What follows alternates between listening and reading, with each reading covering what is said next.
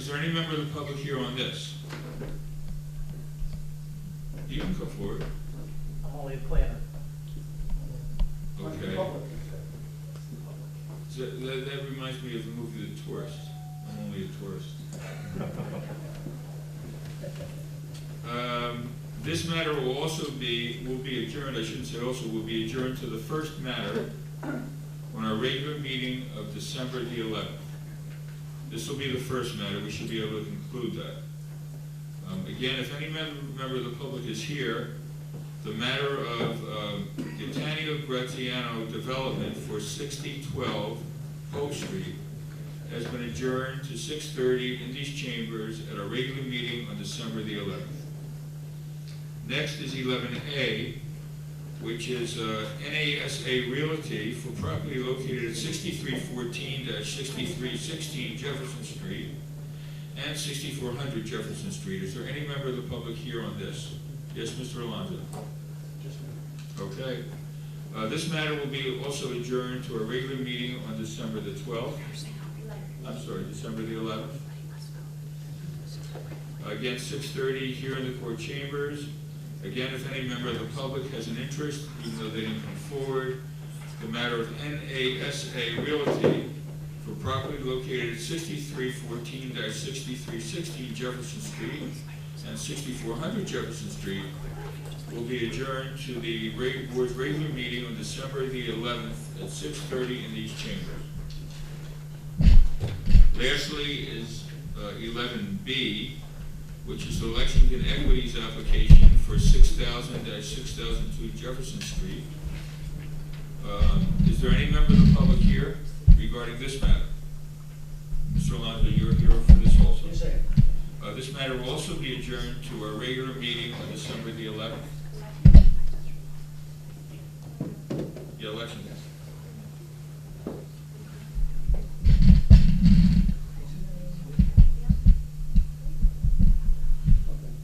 Whoever the attorney may ultimately wind up being, if any member of the public is here,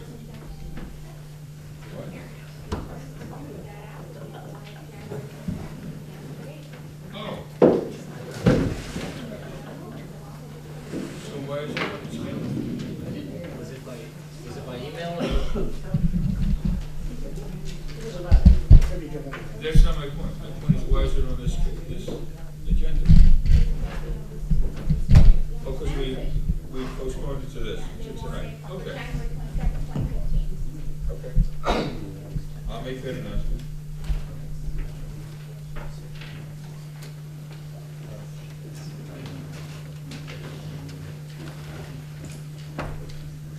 Okay, if any member of the public has an interest in the Lexington Equities application for 6000-6002 Jefferson Street, that matter is adjourned to our regular meeting on January 22nd, 2015 at 6:30 in the evening in these chambers. No further. January 22nd, 2015 in accordance, I guess, with the schedule that was just adopted tonight. No further notice is necessary. That being the case, Ms. Varela, I guess the only thing that's still on the agenda is the Margarita Boulevard, is that correct? Yep. Okay, Mr. Chapin, I think you have to leave. Thank you very much. I appreciate you coming to open the meeting. And we can continue with the hearing. Mr. Kantrowitz, I see you've arrived. Yeah. Why don't we, have you finished with Mr. Arancibia? I don't.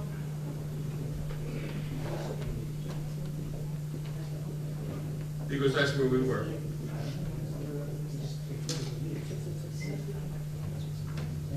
Absolutely. Good evening, Mr. Chairman. Good evening. Board, Jeffrey Kantrowitz representing Design Corporation. I believe there were some additional questions that I had to ask of Mr. Aracivia. So I think we can continue with him and then That's proceed fine. along with that. Let's see, just confirm for me, Mr. Chairman, we're now sitting right now as four members of the board. That constitutes a quorum, so. Yes, it is. We have 7 + 2 Yes, also. yes, but I see four here and we're good to go. Okay.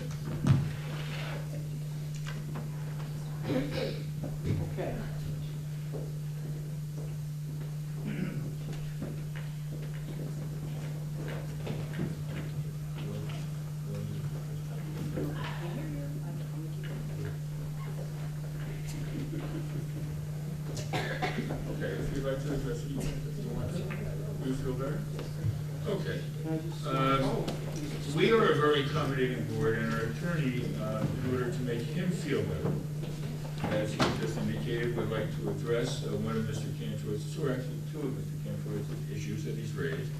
So I will now turn the microphone for a very brief period of time over to our attorney. Thank you, Mr. Chairman. At our last meeting, Mr. Kantrowitz brought to light that there was one member of the board who had not taken his land use course, and under that statute, that board is no longer or that member is no longer eligible to sit. I've informed the Board of Commissioners that that seat is open, and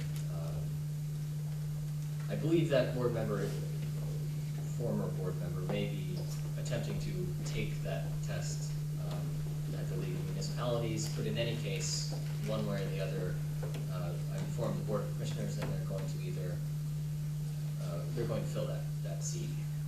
The other issue that Mr. Kantrowitz brought up at the last meeting was the expiration of Board Member Cruz's term, and that was confirmed.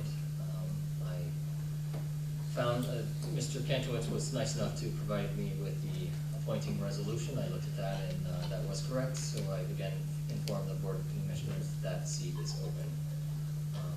I wanted to correct that on the record because at the beginning of the night, when the roll was read, those two members were mentioned, but I want to make it clear that those two members are not currently members. Those seats are vacant. There is still a quorum. We still have enough members to proceed, and I believe that it's in the hands of the Board of Commissioners to appoint members to fill those vacancies. Thank you. I just want to, one housekeeping point to close the circle, so we're clear on that.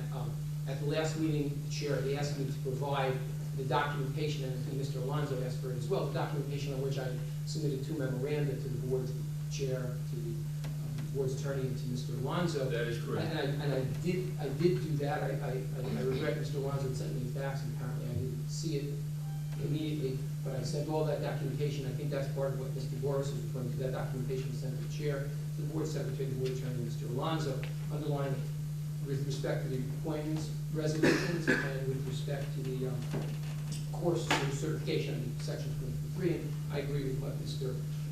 Boris has indicated. The other point I want to make, excuse me, and just, I guess, for the record, if I need to mark those documents and make that part of the file, that should simply be part of the record. I don't know, evidentially, we can talk about that later without taking up time. I can discuss that with Mr. Boris and Mr. Alonso, and we can come to a resolution, determination as to how to do that housekeeping wise. Excuse me, the third item, or third area of documents that I sent was, I sent to this, again, to the same recipients, copies of the financial disclosure statement forms that I had opened from the town clerk. Town clerk referred me to the appropriate website in the Department of Community Affairs. Went on the website, downloaded those documents, and sent them off as well to the recipients I just mentioned. So I want to make clear that you have copies of those, and what they reflect in terms of certain members having filed, and at least the database on the DCA reflecting that certain members have not filed.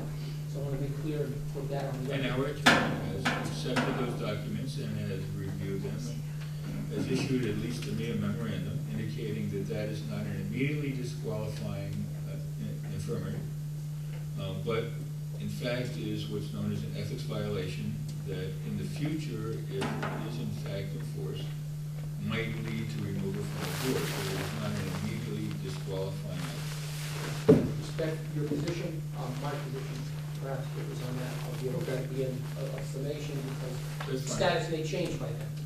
You just need to take Well, we would hope it would. Okay.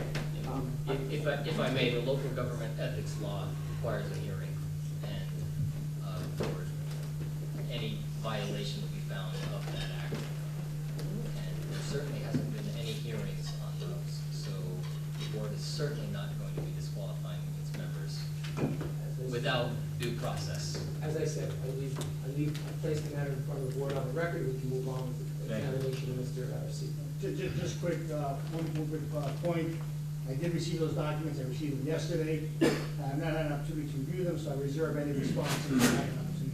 There's no question about that. The issues have not been finalized in the respect you're talking about at this time. The hearing, I am, to a certainty, will continue past tonight. So certainly at the next opportunity, if you wish, Mr. Alonso, you have an opportunity to respond. Thank you. I just don't want my silence to be misconstrued, and, thank you.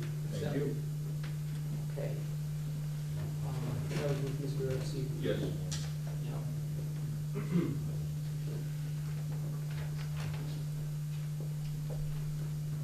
You know, one of the things you were looking for, and I guess that's what the screen is here, is the animation portion Yes. of the Yes, that's case right. study. So maybe we can go right to that and get into the source. I regret to say that we were not able to complete that part of the study of the point plan, so that'll be something we'll have to owe you for the next meeting. He answered a lot of the other questions, but didn't quite get a chance to complete that case study. We asked you to do the whole year. Oh, okay, so I understand that. The animation I was talking about was the animation you originally showed, and that's what I was referring to. We have that. Yeah. Yes, Yeah, and, Yes, regarding the other months of the whole year. Yes. If necessary, I would expect, they would, it seems to be bifurcated, but that's okay. We've dealt with that before. Democracy is messy. agreed, Chair, that's what I was expecting him to bring what he had shown. If he hasn't done it, obviously that'll spill over onto the 19th. I understand that's the next. Yes, it is. Okay. Please Great. continue. Okay. Could you, Mr. Arcidi, could you be kind enough to just, I'm sorry, I'm blocking If you come over here, you won't be, and you have a microphone. Why don't you take this why don't you, if you would like, use this microphone right here. You're not blocking anybody's I view. can hear a chair, I might think I'd raise my hand on this. I'm sorry? Don't worry, we won't let you vote. I don't. I assume it would not be unbiased, so. Open mind. Okay.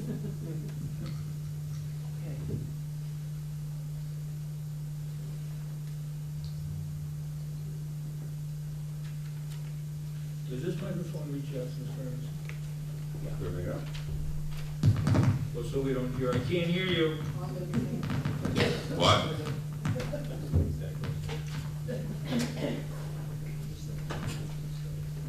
Did you get my quote on the record? No. I can't hear you. Are you hearing me now? Can you hear me? Please start.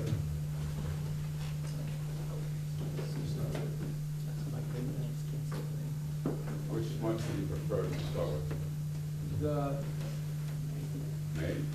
June? July? just go slowly with, if you would, with May. Let's just look at them so we see what we've got. Go slowly. And you're gonna, this is I understand this is a continuous Loop. Yeah. loop, animation. So we're just so the record's clear, we're starting with May at what time, 9? 7 a.m. 7 a.m.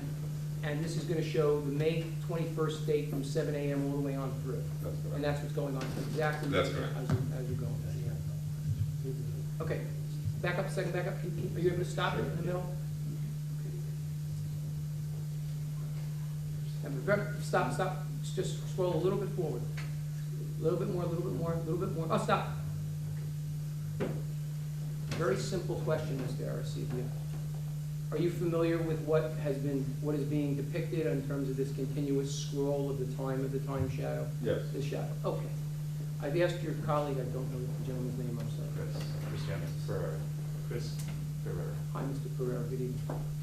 I've asked him to stop it at a particular moment. Are you able to identify the time, or roughly the hour of day when I've asked you to stop it? 4:12. 4:12 p.m., okay. You know, for procedure, you want to swear Mr. Pereira in, please responding to questions that I've got, because it seems they, as a tandem, present a response to the questions. The report testimony about the truth, the whole truth, and nothing. You re-ask your question. Just for the record, we're not testifying as a tandem. Mr. Arcidi is testifying, Mr. Pereira, so unless there's a specific question, I would ask Mr. Arcidi to just respond. That's fine, yeah, that's fine, okay. What we have on the board, on it is a freeze frame of 4:12 p.m. on May 21st of any given calendar year. Do you see the little shadow on Halifax building right there? On the roof, yes. Yes, on the roof. Now, my question is a very simple one. I believe you testified earlier that the study was done in such a way that shadows would not be shown on top of the Halifax building. In fact, is that correct? I was at the beginning, I thought that it wasn't because it was a massing issue, but they actually are correct. And I said that the last time as well too. I clarified at the end of the meeting. So the shadows that you see Wait, there, stop, wait. You need to hold the microphone in such a way so that the wire doesn't Mr. stand. Kentowitz, can you move that I'm sorry. wire off that desk? Oh, he's got it. Oh, I'm sorry, yes. Okay. I'm sorry, can you see? Am I in your way? Pardon, please pardon my back, not my desk side. Okay, so right here, at least vis-a-vis what I'll call the continuous scroll, shadows are depicted on the Halifax. yes, So even though the still photographs that you presented and your testimony that those still photographs would not necessarily show shadows on a building like the Halifax because it was dropped in. I amended that Okay, statement. so is it fair then to say that what the board should be considering in terms of the shadows is not the still photographs, but what is depicted in this, what I'll call the continuous scroll for each of the days you selected? I'm just No. going to check, it's a mischaracterization of the testimony and the evidence.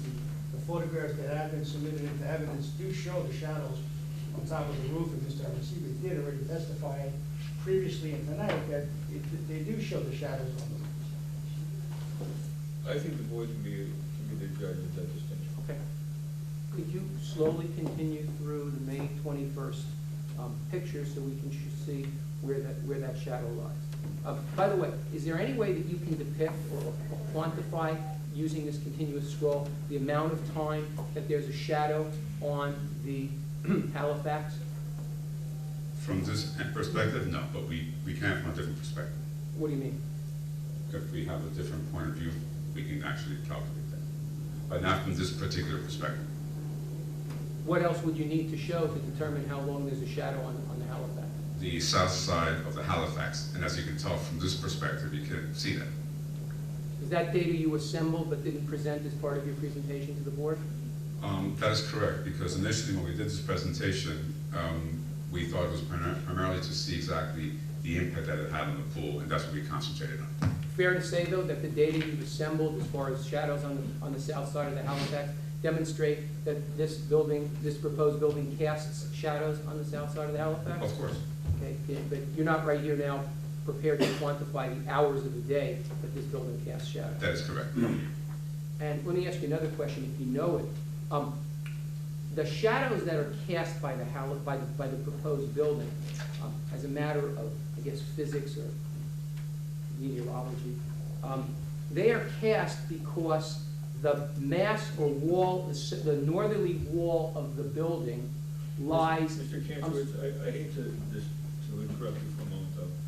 You're not really using the microphone, so could you? Oh, I'm sorry. No, could you gather? No, don't. Obviously, you don't need it.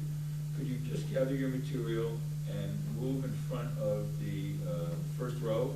Sure. Because right here, you're blocking the board. I'm sorry, thank you, No, Jim. not at all. Not at all. If I'm not projecting, please let me No, know. but actually you are. That's why I'm suggesting this. That's perfect. Thank you very much, sir. Thank you. Okay. Okay, I had to reorient. It looks Take your different. time, I understand. Take your time. Looks different to me right now. Just Yeah. start when you're comfortable. Okay. Let me go back. Is it fair to say then that you have your data back at the office or back in your computer somewhere showing the length of time that the shadow was cast on the south side of the Halifax building? Well, we can get it from what we've mapped, yes. Okay, now, I remember what it is. Now, is it also fair to say that the shadow that is cast on the south side of the Halifax is a function of the side of the proposed project lying between the sun and the Halifax? Yes, Okay, and is it fair to say also that the shadow cast on the pool, the Versailles pool down in the lower left-hand corner, is also a function of the proposed building lying in the line a line between the sun and the object in the pool. Yes. Okay, simple. Okay. With that said, would it be fair to say hypothetically, and this is, you're an expert, you presented this, as you're familiar with this, correct? Would it be fair to say hypothetically that if the northerly side of the proposed building, with me, the northerly side of your proposed building were moved a little bit south, or shall we say, sliced off a little bit, so that we had a side yard of some distance on the northerly side of the property, would it be fair to say that the shadow cast by the proposed building might be less in terms of a north-south width than it is currently, than it is under this projection? Yes. Okay.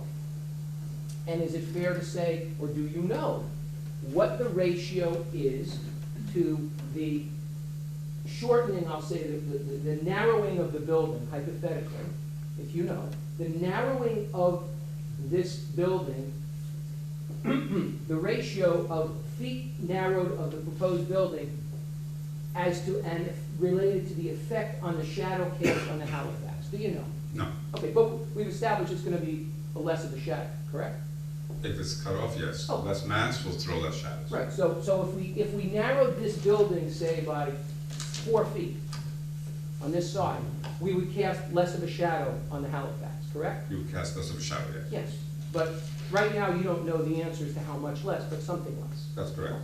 And similarly, if we narrowed this building by some amount, let's say 4 or 5 feet, we would cast less, the building would cast less of a shadow on the pool by some amount that you don't know. Yes. Okay.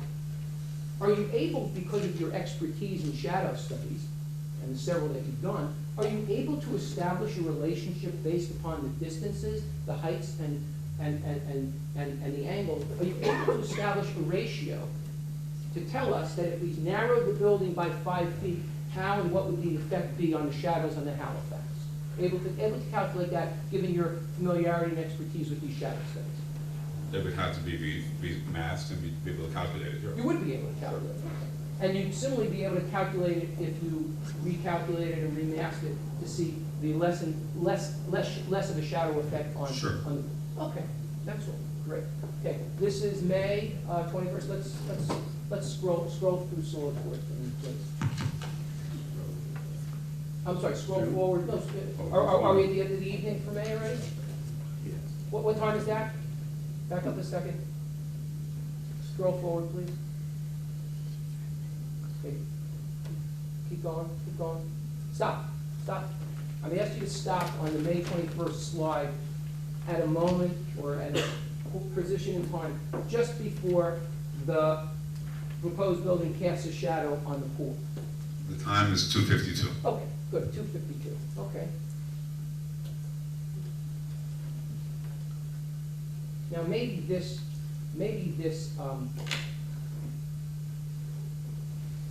clarifies the issue. Is the shadow that's being cast on the front yard of the side at 252, as shown in this slide, that's being cast by your proposed building, right? Yes. Okay. And do you see the edge of where I'm pointing at the very lower left-hand corner of the slide? You see the edge of the shadow just as it's about to approach the pool? Yes. Okay. So, in very stark terms, that shadow represents the width of, in some proportion, of the proposed project, right? Yes. So it's clear if we were to narrow the width of the building, the shadow cast there would be narrower, correct? That is correct. Okay, could you roll the slide forward, please, forward a little bit more? Okay, stop. Right now, what time are we? 3:05 p.m. Okay, so on 3:05 p.m., your building is casting a shadow on a portion of the facade pool, correct?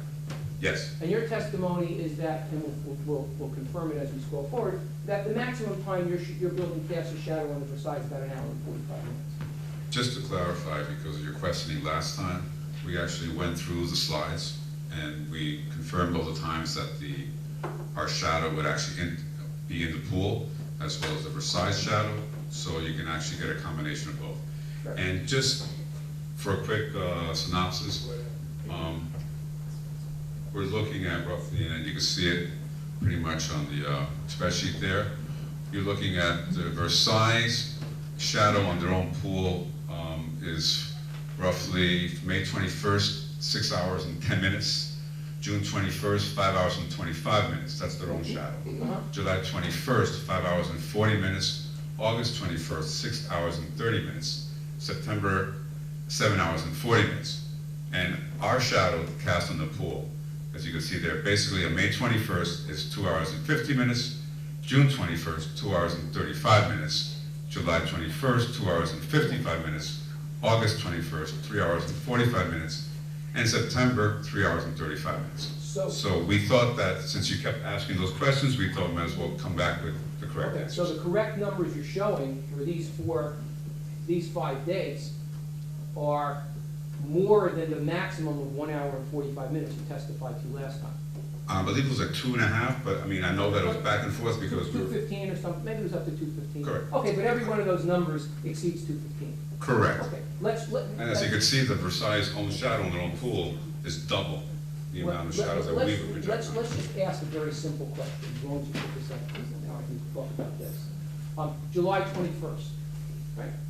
Let's just look at June 21st. Okay, Okay, I assume this is military time or European time, so 1505 is 305. That's correct. Correct? 12, you just subtract 12 to get the plus numbers. Okay, so on June, this document that you're showing, this Excel spreadsheet, was derived from data from your scroll.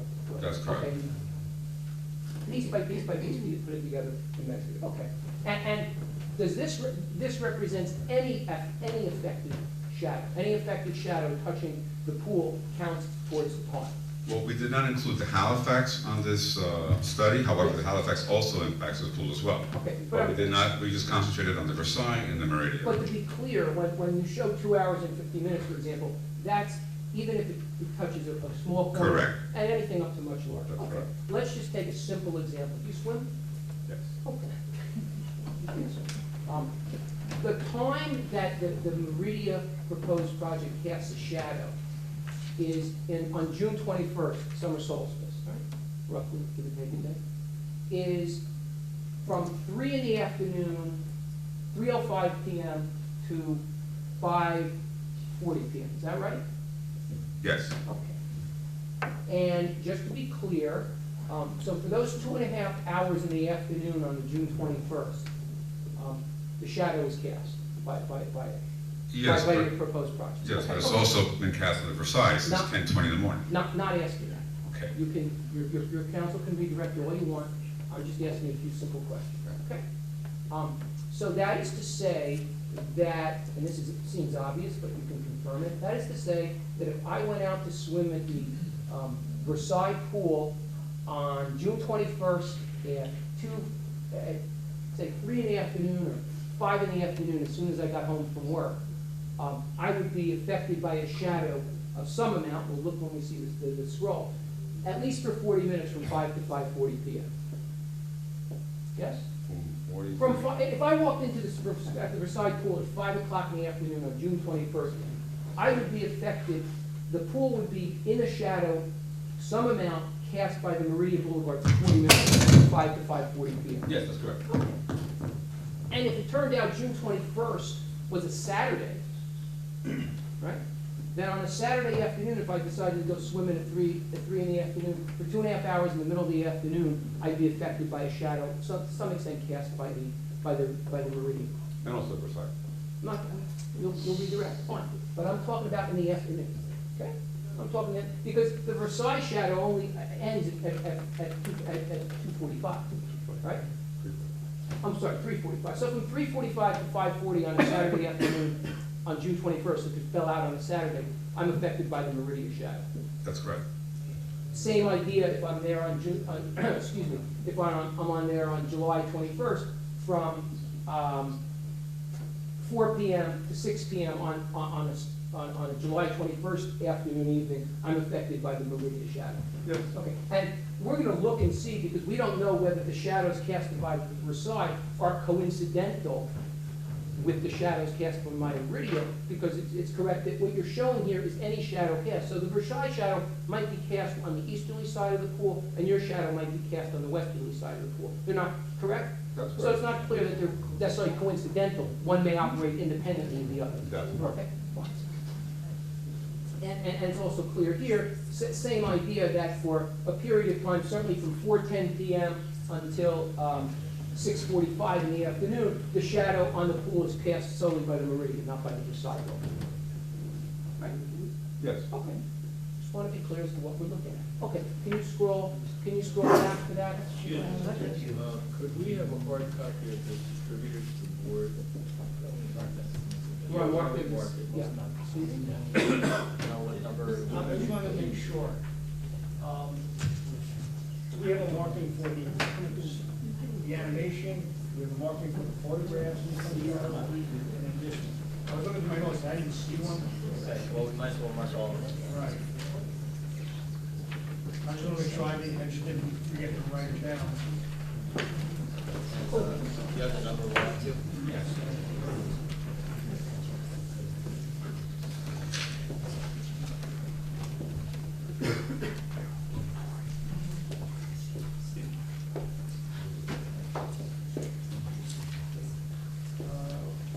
I guess we could do the animation with the A4.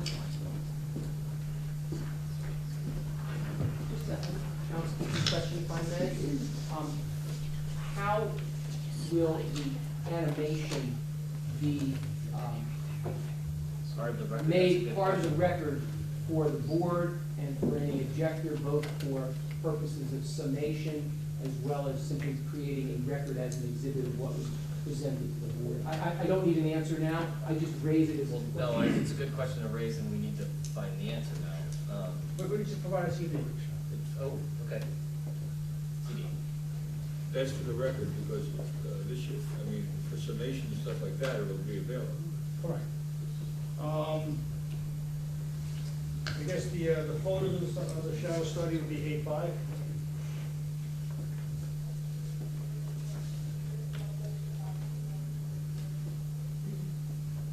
And the Excel spreadsheet, which is a 2-page document.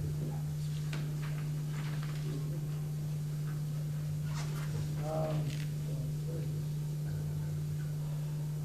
gonna say hours.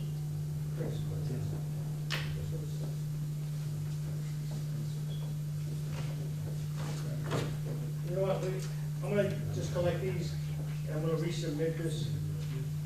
Just like this again. Thank you. Yeah, this is that was resubmitted, so just, please go collect them. But anyway, we'll mark it A6. It'll be A6 and I'll supply copies. That's a copy of the Excel spreadsheet that was projected. Those Yes. supply copies. That's A6, okay. Yes, there's other irrelevant information. You can do that by email.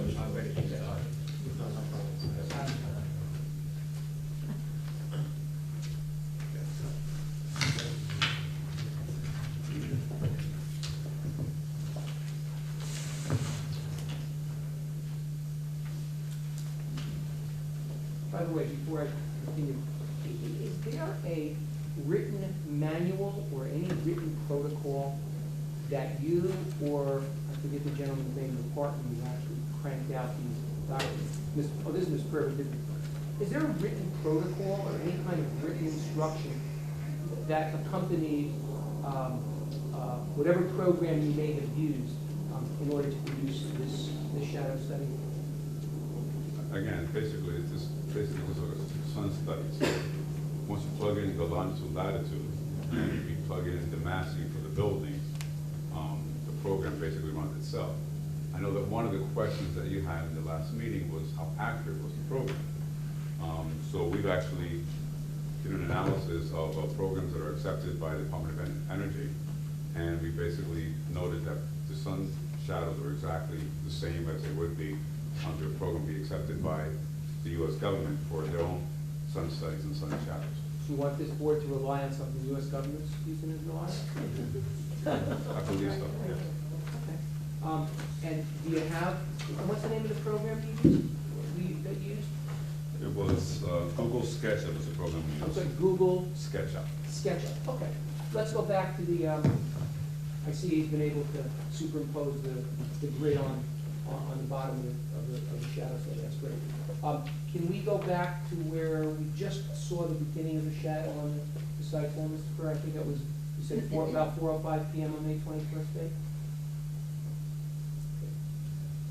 Okay.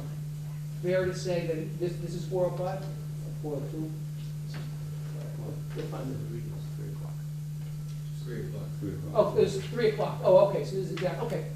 Right now, fair to say that 3 o'clock shadows are independent, Correct. correct? Yes. So the shadow cast by the Meridia proposed project is independent of the shadow cast by, Yes. okay, let's scroll forward, slowly. This is May 21st, right? Okay. Stop. Okay. Fair to say what we just saw, the scrolling from 3 o'clock to 5, is that about 6 o'clock right now, Mr. Burr? What we're showing on the board? I'm sorry, that's about 4 o'clock. Yeah. Okay.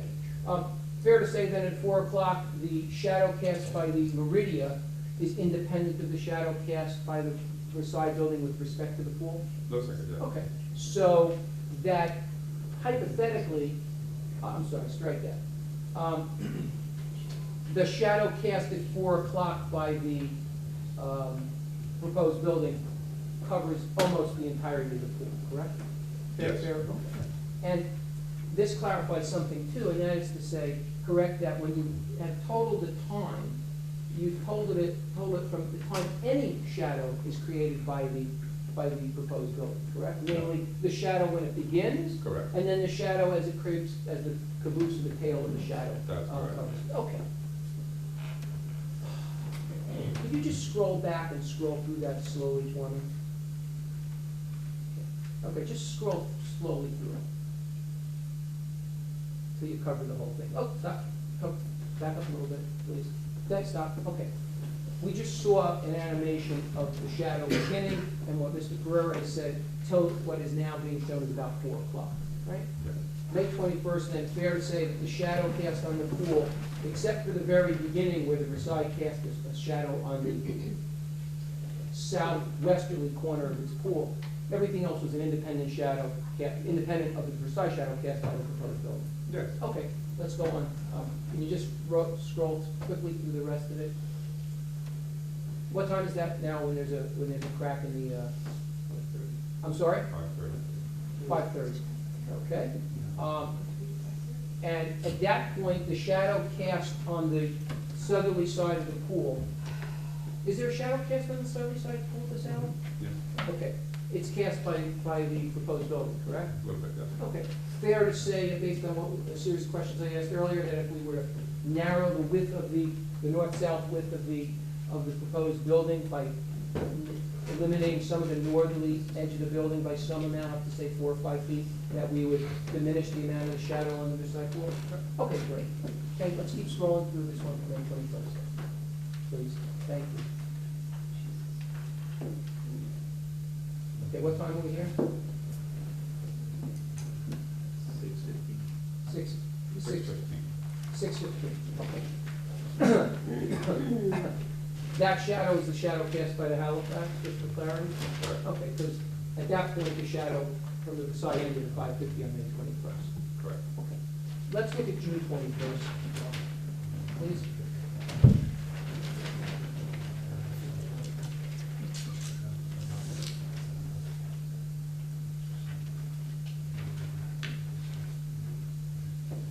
Okay, I'm sorry, the shadow you're showing now is what time?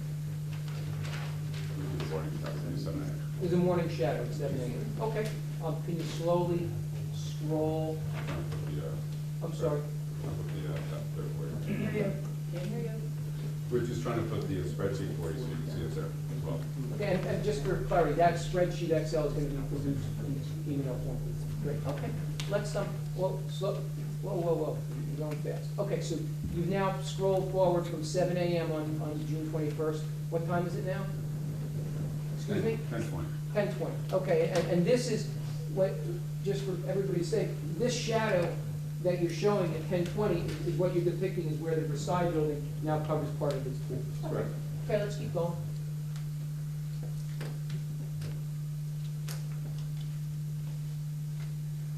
Keep going. Keep going. Keep going. Keep going. Keep going. Stop. What time is that, please? Stop. Go back up. What time is that right now? 3:05 in the afternoon. Okay. So what we're about to see, and I don't have to go through the same series of questions, but it's fair to say that what we're about to see, and we'll see it in a second, is the casting of the shadow by the proposed building, the Meridian building, onto the Versailles pool, correct? As we proceed in the afternoon on June 21st, okay? Can you scroll slowly forward, please? Okay, stop, please. That depicts the beginning of the Meridian shadow onto the pool, as well as a small triangular portion at the edge of the southwesterly edge of the Versailles pool, still cast by the Versailles pool. That's correct.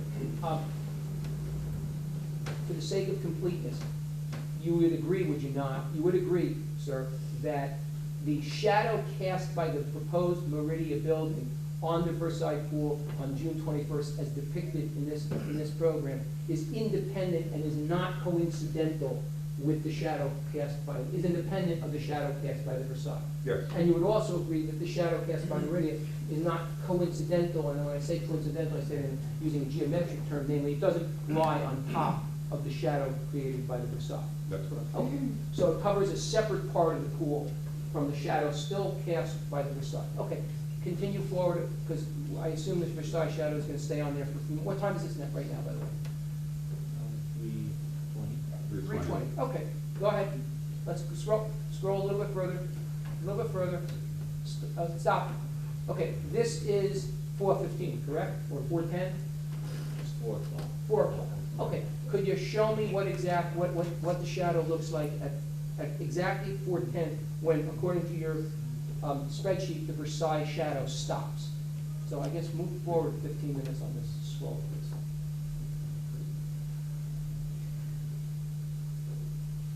Is that, The next one. 3:50 right there. okay, that's 3:50. Oh, will be the next. That's 3:50. Okay, fair to say then at 3:50, this study depicts the Meridian building covering, About a third. well, it'll speak for itself. I don't want to characterize how much it is, a third or half or whatever. But it's covering a portion of the southerly side of Versailles pool, almost its entire east west length. Yeah. Correct? Okay.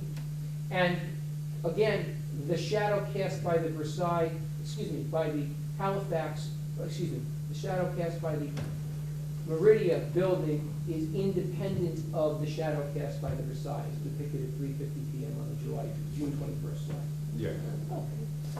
It's not just concentric, it's not concurrent in geometric terms. Not on the pool. On the deck, I think. Yes, but I'm talking about the pool. Okay. Okay, continue. This is June 21st. Continue, stop. Okay. And you're now showing the time from 4 in the afternoon until, what time is this? It's 4 o'clock. I'm sorry? 4 o'clock. Wait. In 5 minutes, we had that change? 4 o'clock. It was 3:50. Oh, in 15 minutes, we had that much of a change? It was 3:50 before, right? Okay. That's 3:50. Okay, and that's 4 o'clock, okay. Again, I'll ask the same question, which I think the answer is evident. If the proposed building were narrowed, the proposed Meridian building were narrowed on its northerly side by 4 or 5 feet, is it fair to say that the shadow cast by the Meridian building on the pool would narrow or lessen by some amount, some ratio? Yes. Okay. By the way, with your expertise, is that a ratio and a linear measure that you can calculate based upon the distances and the angles? No, I don't think so, no. I'm sorry? I'm not aware of that. Do you know anybody with, say, the maker of the program, or someone who's a physicist or who's an expert in geometry, can calculate the amount based upon the distances, the angles, and so forth? I'm assuming somebody could. Somebody could, but you don't have the expertise, No, I and nobody in your office has the expertise. That is correct. Okay. So, okay. Okay. All right, can you please continue? This is June 21st, yes?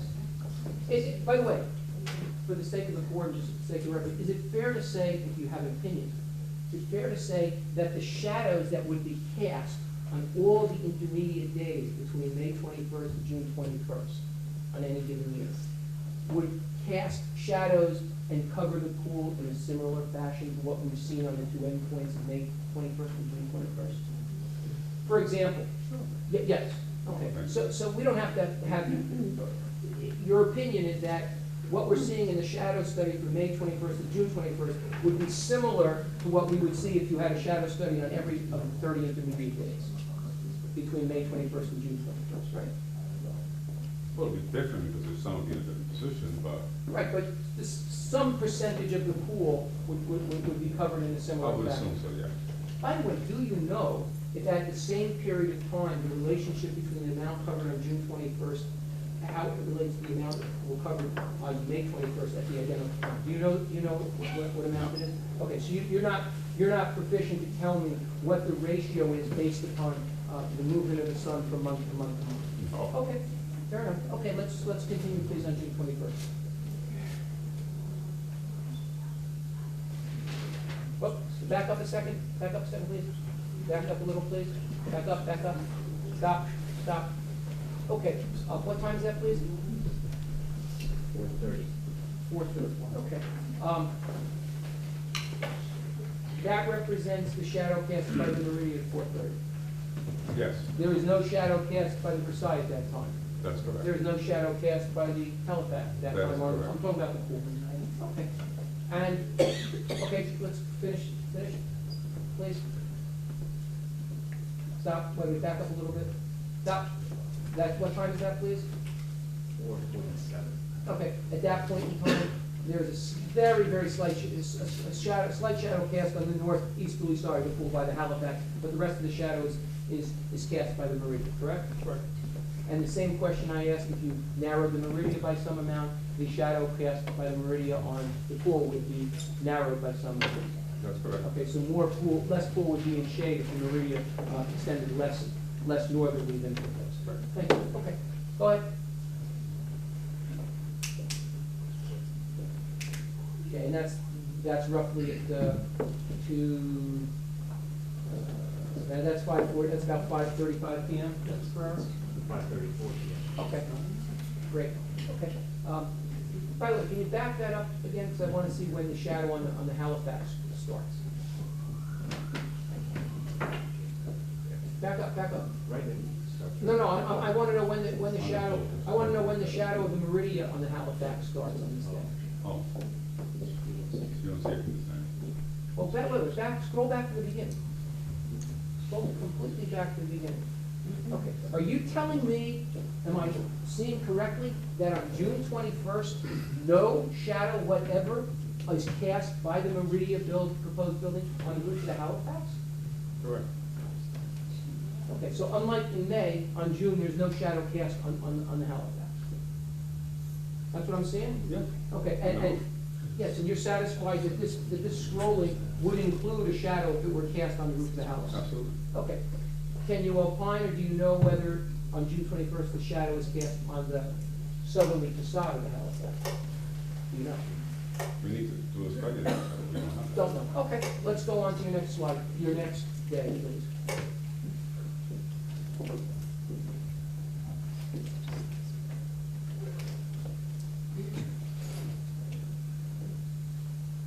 And by the way, I'm not going to ask you to speculate on the other months, because we're going to see the other months in the study next time. This is what, the August? July. This is July? Okay. This should be 7 a.m. 7 a.m. Okay, let's run it through.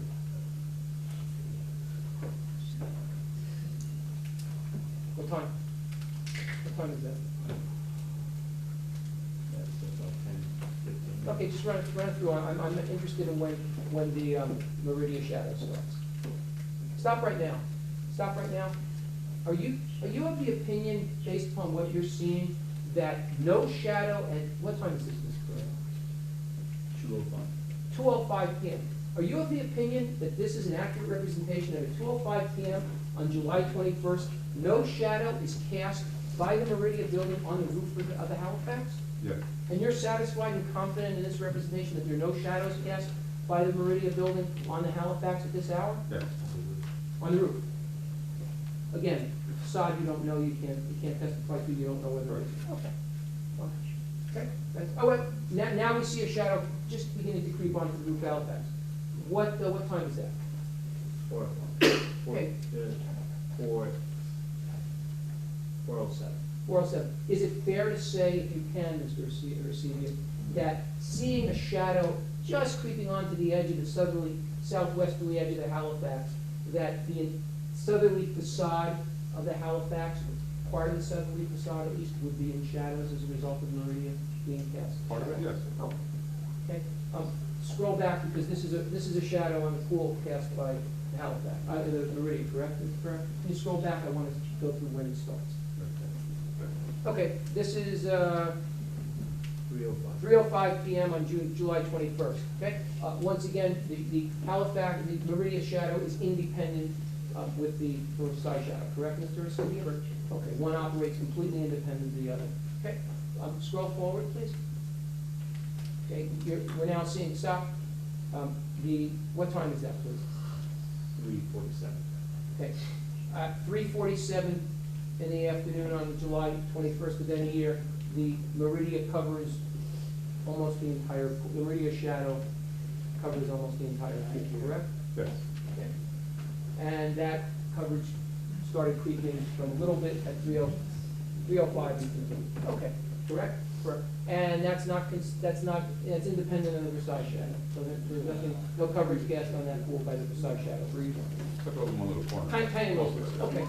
And again, same question, if we were to narrow the northerly side, bring the northerly side of the Versailles proposed Meridia building a little bit south and cut off, say, 4 or 5 feet on that, the shadow cast on the pool would be less than what we're showing. That's correct. And it would be less by some amount that you're not able to calculate based upon the ratios and the angles and the distances. That's correct. Okay, thank you. Okay, go. Keep scrolling, please. Stop. Keep going. Keep going. Keep going. Keep going. Keep going. Keep going. Keep going. Stop. Please, what time is that?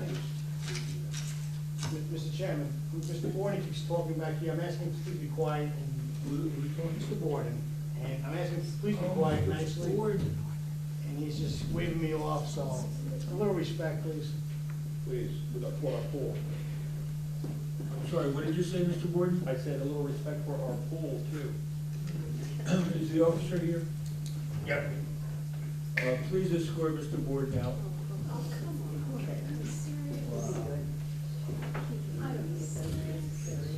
I do feel it's necessary. We've been doing very well so far. I'd like to continue that. Thank you.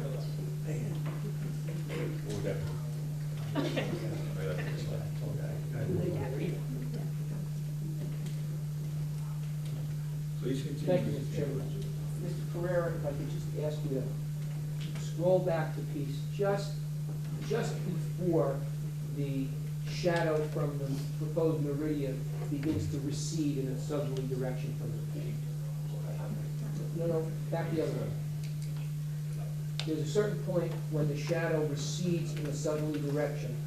Keep going, keep going. No, go the other way, go the other way. Cover the pool, no. What I'm trying to find out is when this shadow the shadow of Meridia starts to move in a southeasterly direction across the pool. I want to find out when it begins to move from the northwesterly corner of the pool and then begins to recede in southeasterly direction. I want to know exactly that time. Roughly. Right there.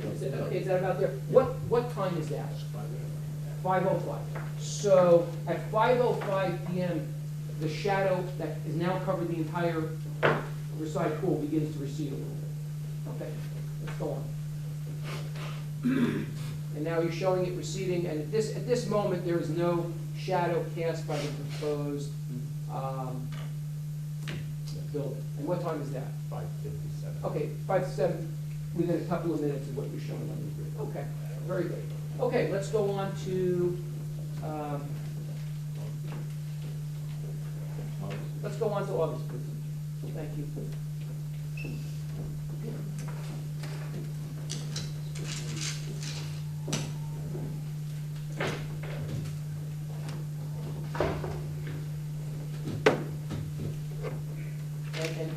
before I go through the same series of questions, just to confirm, the days from June 21st to July 21st, and then would be casting similar, if not exactly the same shadows that are shown on the two endpoints from June to August. Similar. Okay, so, but for the purpose of the study, we're just looking at specific points, but we would have a linear relationship, namely there would be similar shadows, not identical, but similar shadows between June 21st and July 21st if you were to produce every single day.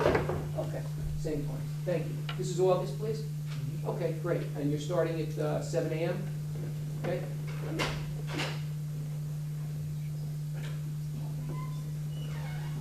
Okay, that's the facade covering the pool as we go. Right? Okay. Stop. Okay, what time is that, please? That's 3:02. Okay, once again, same series of questions. At 3:02 p.m., the shadow that is beginning to be cast on the Versailles pool by the Meridia is independent of the shadow cast by the, excuse me. At 3:03, I'm sorry, what time is that, 3:05 p.m.? 3:02. At 3:02 p.m. on August 21st, the shadow cast by the proposed Meridia building on the Versailles pool is beginning. Is that correct, roughly at that time? Yes. And that shadow cast by the proposed building is independent of the shadow cast by the Versailles building at that time? That's correct. Okay. Doesn't, the two are not concentric and are not coincidental in any fashion? That's correct. Okay, and now we're gonna continue, you're gonna scroll forward, and as we scroll forward, the shadow begins to move in an easterly direction. Okay, stop please. What time is that you're showing? 3:36. Okay, so at 3:36, almost the entirety of the Versailles pool is covered, correct? Yes.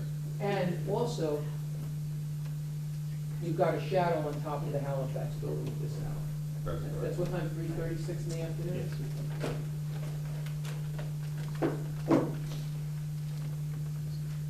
Yeah. Once again, same question, if we were to narrow the building, the Meridia building by a little bit on the northerly side, the resulting effect would be to lessen the shadow cast on the pool by the building. That's correct. Okay. And that lessening effect would continue throughout the day because it would be a lessening of distance on the northerly side of the pool. That's correct. Okay, good. Could you just scroll back? I want to identify for the record the time at which you show a shadow cast on the top of the roof of the first time the shadow is cast. Stop. What time is that?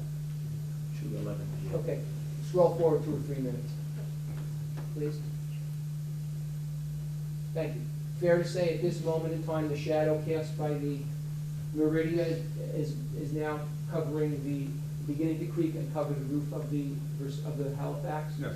Okay, and would it be fair to extrapolate or for you to opine that at this moment the facade, the southerly facade of the Halifax is in a shadow cast by the Meridia building? Yes. Okay, good.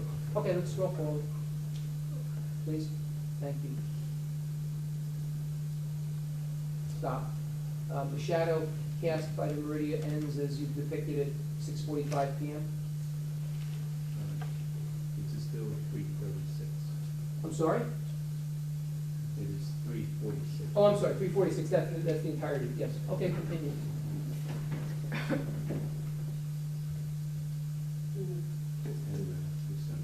Stop. This slide is at what time? Or this. 5:59. Okay, this slide at 5:59 depicts the shadow cast by the Meridia starting to recede from the northernlymost side of the pool, correct?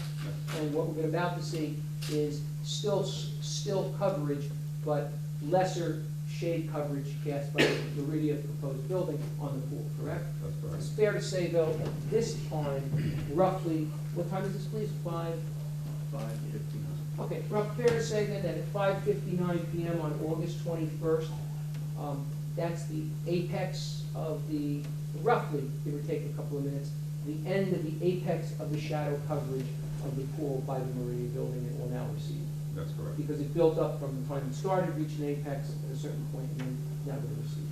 That's correct. And if we were all mathematicians, we could plot that on a graph showing a small, with a wide axis of percentage, an x-axis of time, and we get a bell curve roughly, or some such curve. Is that fair? Do you understand what I'm saying? Yes, Okay. one more. It's this way.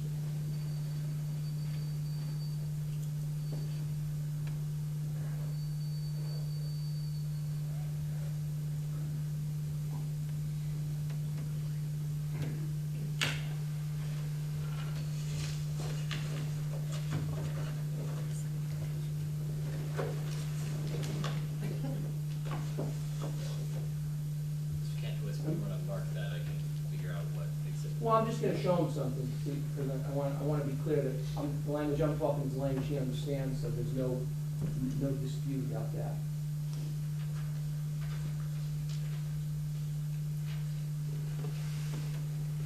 If you do wanna mark anything, we are up to 06. Okay, great.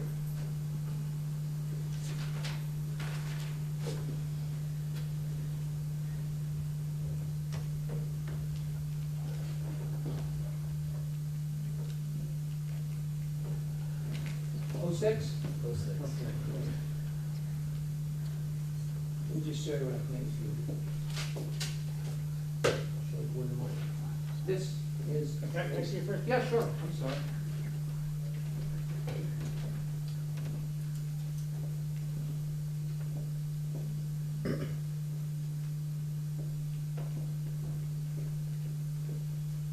You should proffer what this is.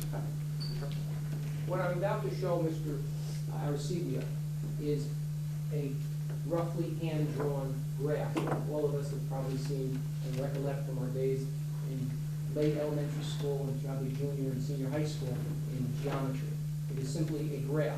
The y-axis, the vertical axis, shows the percent of coverage of the Versailles pool. The x-axis going across is a timeline, and I've drawn it to show 0 being 0% coverage by the Meridia, 100% being 100% coverage of the Versailles pool by the proposed Meridia, and then the timeline starts. I started the timeline at 2 o'clock because there's no coverage before even 3, but I wanted to show 2 just to give us a lead-in, until 7 o'clock, which is about 15 minutes after he projects it. Okay? And all I'm suggesting to you is if we could plot, we could create a, Mr. Darcy, do you understand the graph? Okay, you're familiar with this kind of graph, right? And if you wanted to, or if I wanted to, using your data, we could plot specific points in this quadrant, and then connect all those points to show how it is that the percentage of pool coverage starts at 0, namely there's no coverage before these times depicted, and then it starts and it rises and rises and rises to a certain point. It stays at a certain point because there's a period of time when the entire pool is covered, or the same amount of the pool is covered by the Versailles shadow, the Meridia shadow, and then it diminishes until it ends at 0, at least on August 21st at 6:45 p.m. Correct? And we could curve it out and look probably like a bell or an inverted pear or something like that. Correct? I would assume so, yeah. Okay, I'm not going to ask you to curve it because you don't have the specific points, but one could, extrapolating from your data, take points and create a curve like I that. believe so, yeah. Okay, so I want to, Mr. Chairman, I'm just gonna object to the admission of this. Was it happening in 06 or does it show? If I understand what will be happening, if I understand what will be happening, I'm not sure there's a necessity to offer that. I don't think so either. I just wanted to use it as an explanatory tool to guide a witness through a series of I questions. understand. So are we withdrawing 06 or? I don't need 06, I was just using No, it it's as, never more. it was never marked. Oh, It was never entered, it You was marked never it. entered as an Excuse me. exhibit. Okay. Our attorney offered. Okay, no, I just saw marking on it 06. All I did is put out the next number. Just wanted to make sure. Just to Fine. know. There's no more. I don't need to mark it, it was an explanatory tool. Okay.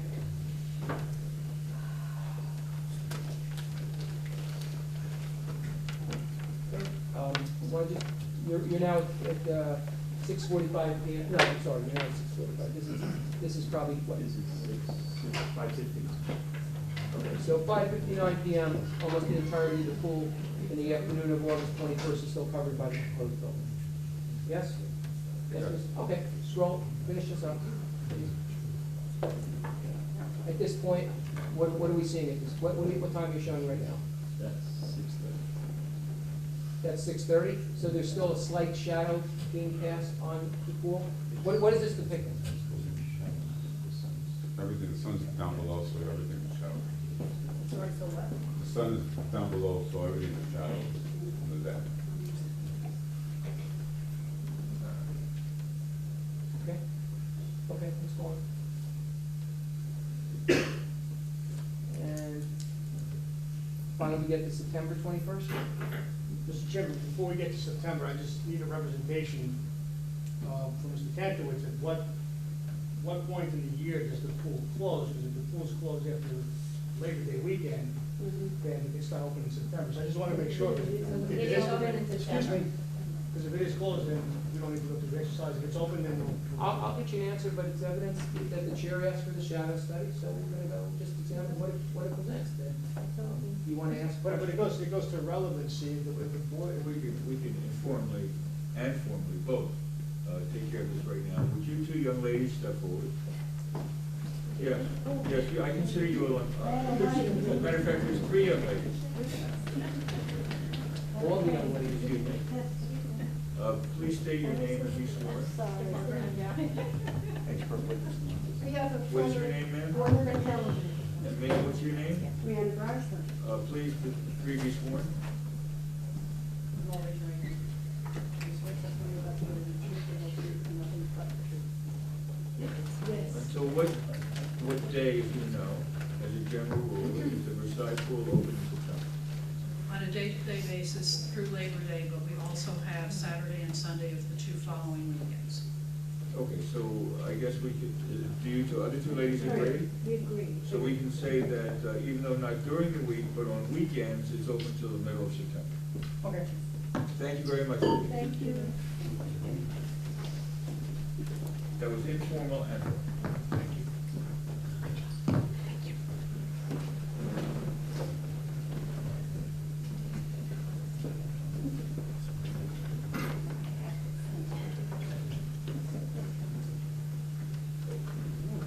This is September you're showing? That's correct. Okay, and this is the beginning of the shadow crossing back this up a second, please. Okay, I'm sorry, go ahead. What time is that? 8:50. Okay, yeah, let's go.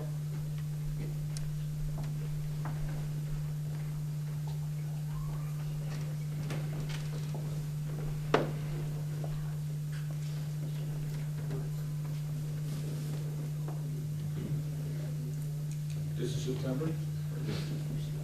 Doc, what time is that? That's 2:47. Okay, same series of questions. Right now, she's showing 2:47 PM on September 21st, and the shadow cast by the proposed Meridia is independent of the shadow cast by the Versailles building, correct? Correct. Just a question. Do you see the shadow edge looks like a sawtooth? Mm-hmm. Is that because the facades of the Meridia are somehow sawtooth? But the other is a balcony. Those are the front balconies Correct. jutting out? And the front balconies jut out different amounts on the side facing boulevard as reflected in the shadow. Well, they're in line with each other, but based on the angle of the sun. They're in line with each other, but based on the angle of the sun, that's what it looks like. Okay. This is, what time did you say, 2:47. Okay. Continue, this depicts the shadow independent of the Meridia independent of Versailles, correct? Stop. Can you determine from this study when the shadow of the Versailles ceases to cover the pool?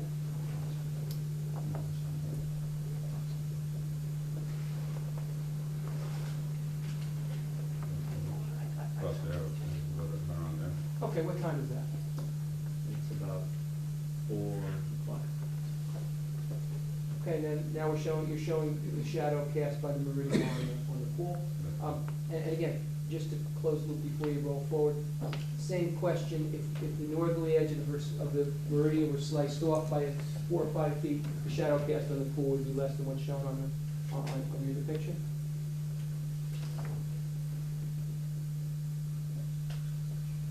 I don't know, from this angle, probably not, at this time of the year. Okay. All right, and keep going.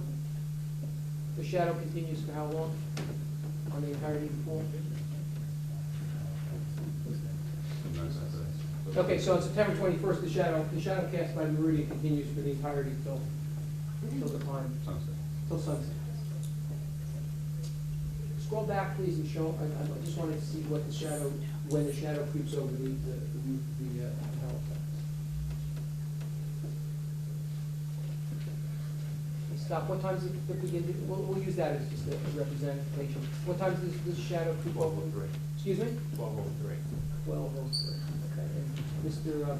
Arcivia, you agree that the shadow starts hitting the cracks keeping on the roof of Halifax, caused by the meridian at 12:03 p.m.? And would you opine then that at that point, the southerly facade of the Halifax is in shadows? Partially, sir. Okay, and scroll forward time-wise on that day, please. As we scroll forward, stop, what time is that, the end of it? 5:49. Okay, there, would you agree then that at 5:49 p.m., the shadow cast by the meridia on the southerly facade of the Halifax seems to abate about that time? And still on it? Maybe a little. Okay, but it would be fair to say that throughout the course of the afternoon of September 21st, the shadow cast by the meridia is on both on the roof and on the southerly facade of the Halifax, but you can't, correct? That's correct. But you can't quantify how much of the southerly Yeah. facade is affected, but some part of the southerly facade of Halifax is cast by the meridia. Yes, I believe so. Okay. And if you can, is it also the case that if we were to narrow and lessen the width of the Halifax, of the Meridia building in the north by 4 to 5 feet, that the same question I answered vis-a-vis the point we asked you about the Halifax? Is it also the case that the narrowing of the Meridia building on the northerly side by 4 or 5 feet would lessen the amount of shadow cast and falling on the southerly facade of the Halifax? I would think so. Okay, but you would think so, but you cannot quantify how much difference it is. That's correct. Do you have the expertise to quantify that? Is there any means to do that We with would have to model with like we data? did this. Okay. All right. What? Model it just like we did this. You didn't do that back at the office? Yeah. That is correct. Okay. Great, thanks. Okay, go forward. That's it? All right. You're gonna, two last questions, and questions on this. Is it fair to conclude that the casting of the shadow by the proposed Meridia building on the Halifax, between the days August 21st and the September 21st date is roughly similar, although not exact because of the angle of the sun, as what we saw on the two endpoints, August 21st and September 21st? That's right, let me ask it much more simply. If you were to produce slides for every single day, starting August 22nd until September 20th, and shadow study for each of those days, Casting on where? would the depiction of the shadow on by the Meridia building on the Versailles pool be similar to, and something between the kind of shadows cast on August 21st and the kind of shadows shown cast on September 21st in this study? Yes, I believe so. I'm simply, for the record, trying to establish that the intermediate dates would cast similar, if not identical, shadows that are in form and size, something between what we saw on August 21st and something, what we saw on September 21st. Yes. That's all. It's a linear model, so to speak, of what's gonna go on between those intermediate days, even though you don't have to study which of those. I All right? believe so, yeah. Okay. That's all I wanted to establish. Okay. Great. Next slide. please. Yeah, we- That's it. That's it, okay. Good. Now, okay. I'm sorry, Mr. Chairman, I don't know if the board has any questions about this, or if that's an appropriate time based upon my series of questions. I can continue with Mr. It's Arcidi. not an appropriate time, the board's questions will come at the end. Thank you. Mr. Arcibia, a few other questions, and they may be better directed to other people, but we'll go back to it.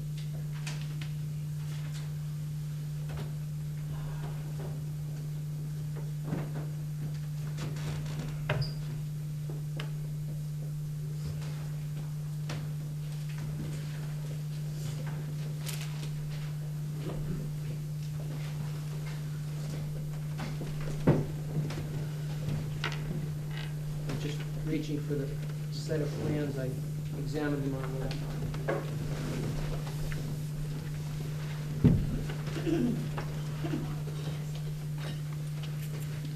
I get a program design? I'm sorry, we have no entertainment program. Oh, You want an agenda? oh, the agenda, yeah, agenda. Can I have another one too? That's it. That's it, that's it, that's it. Good. Thank you very much.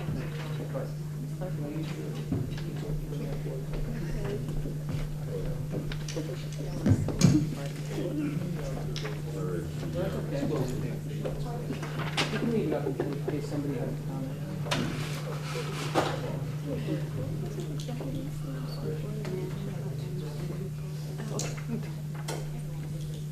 Are these all? Okay.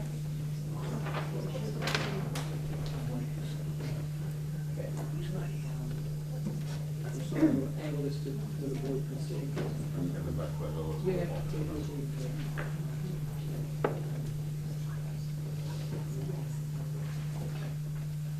that better?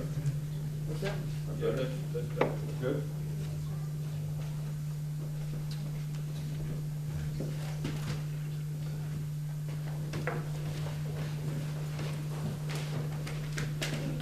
Just for the record, Mr. Arcega, I'm going to ask you a series of questions about the plans that are the subject of this hearing, and these are the revised plans bearing, the first one is T100 bearing a revision date 08/04/14, and that's, I guess, that's out of Mr. Jenny's office, correct? Or is this- That's our office. This is your office, Yes, okay, sir. so T100 was done by you? Correct. Okay. And A100 was done by you too, correct? That's correct. And last time we talked, with a very pedantic, washing paint dry manner of faces and size and widths, okay? Let's ask a few other questions if I may. I'm referring now to A100. That's I guess, the ground level of the building, Yes. correct? And it depicts the lobby and the parking and so on and so forth. We asked a lot of questions last time about the width of the parking. Now I'm gonna ask a couple other questions. If we change hypothetically, if we change the parking stalls, the length of the parking stalls, the length of all these stalls are either 17 or 18 feet, let's go this way. The length of the parking stalls along the northerly side on the 67th Street side of the ground floor building are all 17 feet long, correct? Where? Along all the series of parking spaces that run Yes. from the valet parking area to the utilities area, from east to west on the northerly side of the first floor level. Those spaces are all 17 feet in length, That's correct? correct. And that's that depicts a bumper stop, correct? Correct. Okay, now, if hypothetically, we were to extend the length of those parking spaces to 18 feet long, what effect would that have on the width of the aisle entering the building on that side? It would be narrower.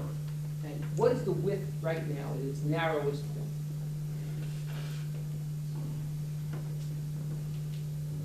At this point here, Well, I'm asking, can you measure it? I got a ruler, unless you have one, or Mr. McDonough had a really neat engineer's ruler last time. Need it? good. Architect or engineer? Architect. Yeah. Give it back. Just for the record, you're gonna look and gonna do some scaling based on my question on A100, correct? Yes.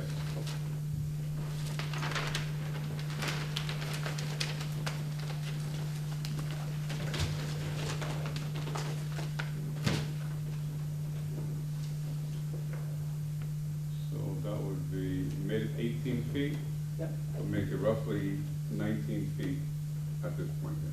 I'm sorry, 19 feet. Correct. What's the current width you're showing? 18 feet at its narrowest point? Correct. Your aisle in is 18 feet wide at the No, narrowest point? it's only at this one point where we have one additional parking space. I'm sorry, I didn't hear you. It's only at the one point where we have one additional parking space that narrows to that point. Overall, the aisle is 24 feet. Okay, in other places. And if we lengthen those spaces, though, the 24 feet reduces to 23 in certain places? That is correct. Okay. And what happens if we take the 15-foot-long spaces that are sitting in the northwesterly corner next to utilities on A100? These are the three designated compact parking spaces, each 8 by 15. See those?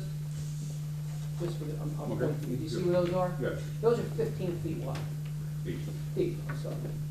What happens if we were to lengthen those spaces to 18 feet long? Then your backup aisle would be 21 feet. The width of the aisle would be 21 feet, okay? And would it not be the case that, just as a matter of space, you would lose the 7 by 17 space next to the utilities depiction that's sitting on the northerly side at 67th Street in the corner? Yes. Okay, would you, okay. Now, I'm gonna walk you through the aisle. As you go around the aisle, if we are examining the spaces along the westerlymost portion of this parking level, you see those? They start with top of the utilities where it says an 8 by 15 space and goes all the way down to another utilities in the in the south westerly corner, which is also an 8 by 17 space. See that? Yes.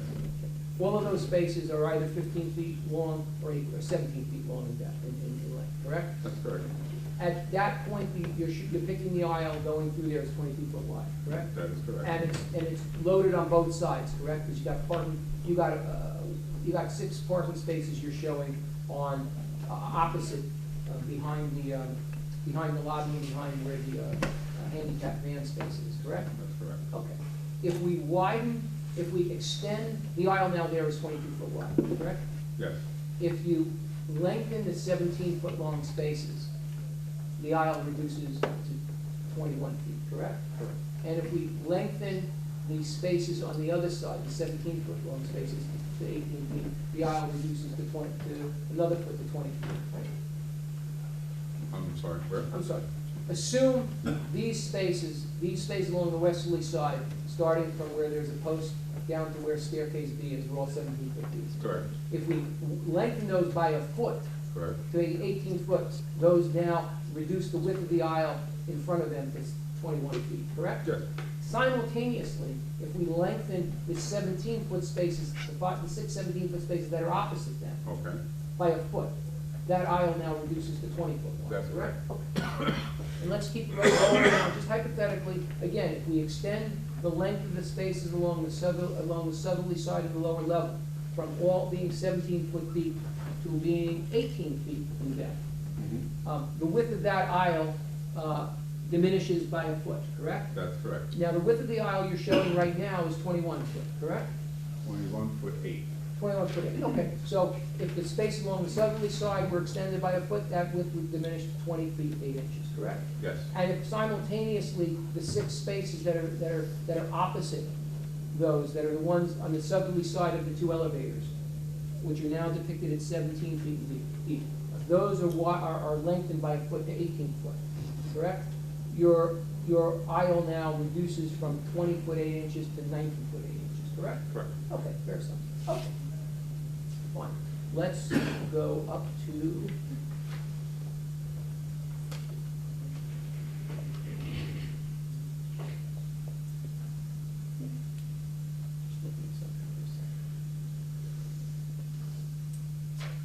just want to clarify something. Are these handicap spaces on a ramp, on a ramp, or is this flat? It's on a ramp. These 3 handicap spaces on a ramp?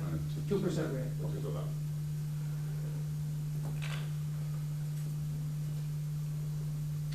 I don't see, tell me if I'm missing it, maybe it's on a different picture. Are there any striped or designated areas for pedestrians to walk on this garage level? No, we did not show it.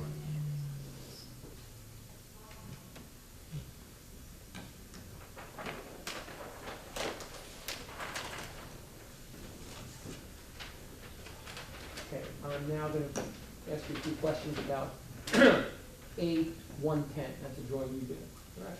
That's correct. Let's ask the same question, series of questions. I'm gonna now ask you about proposed second floor plan parking level 2, which, for the purposes of the record and the board's looking at A110, is the parking depiction on the left side of A110, okay?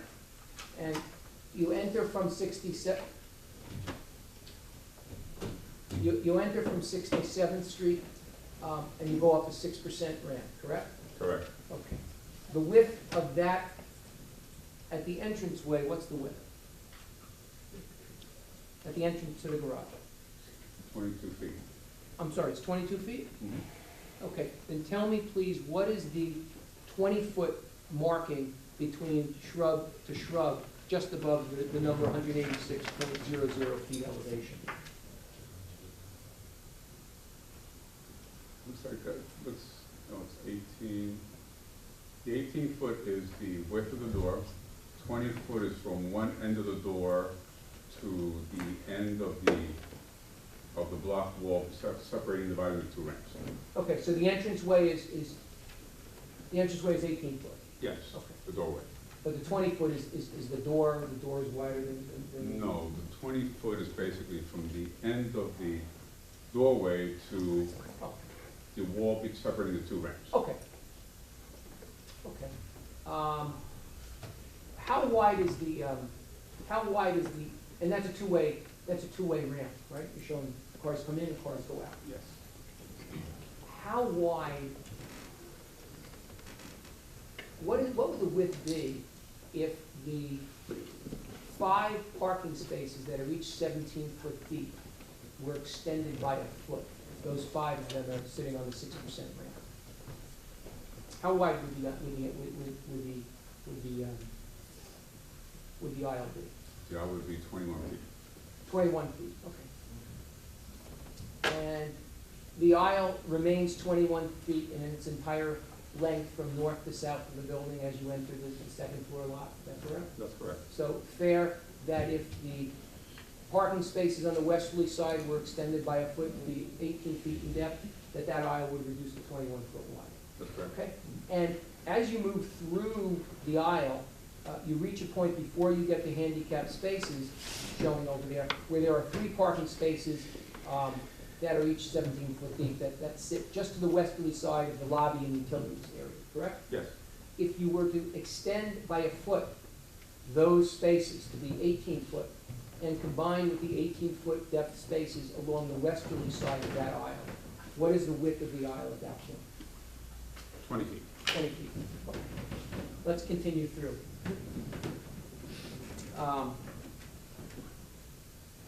By the way, if we extend, if we enlarge the depth of the space in the southwesterly most corner on the westerly side next to utilities, that's the space over here, depicted just above the utilities box on this picture, Yes. where I'm pointing.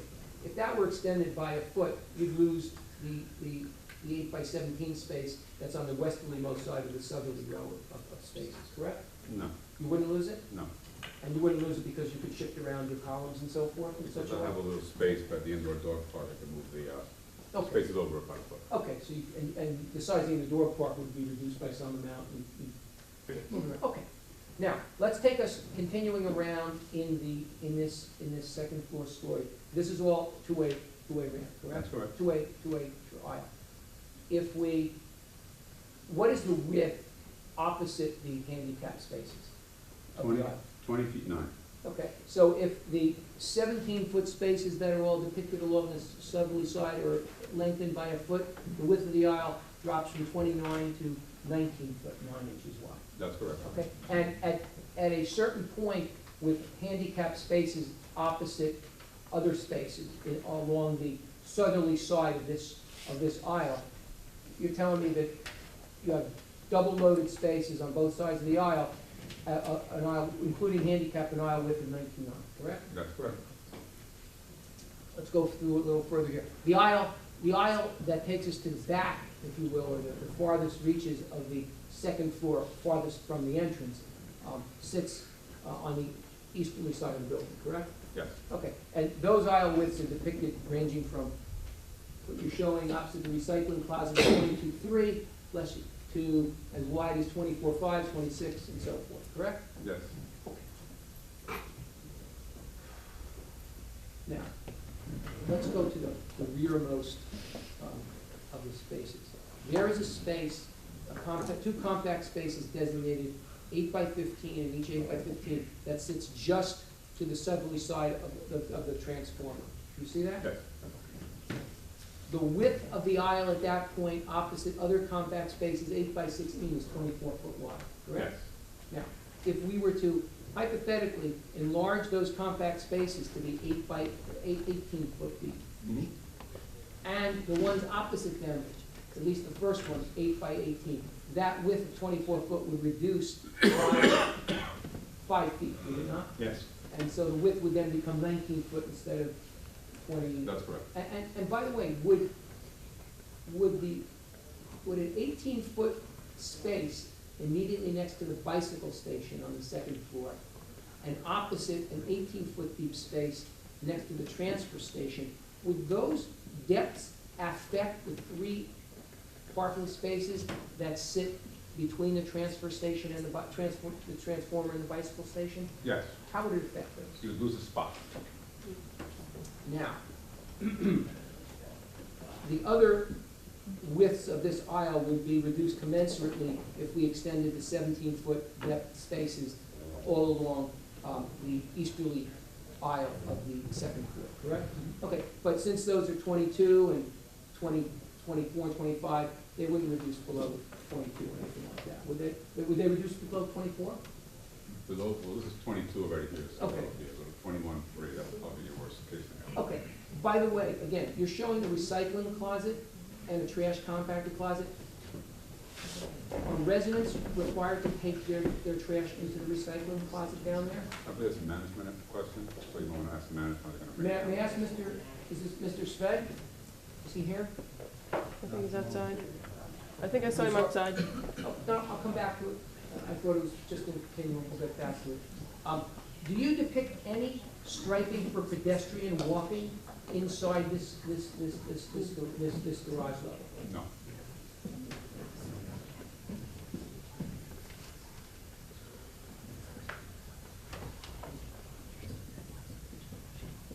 By the way, what is meant or understood by the words inside swept path and outside swept path that are shown in part diagonal next to the handicap spaces?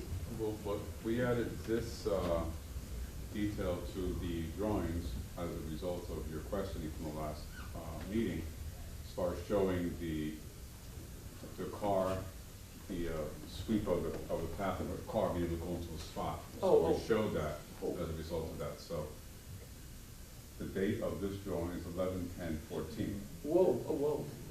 and that was revised as per Oh, the, so what I'm looking at now is not the same thing I was asking about before.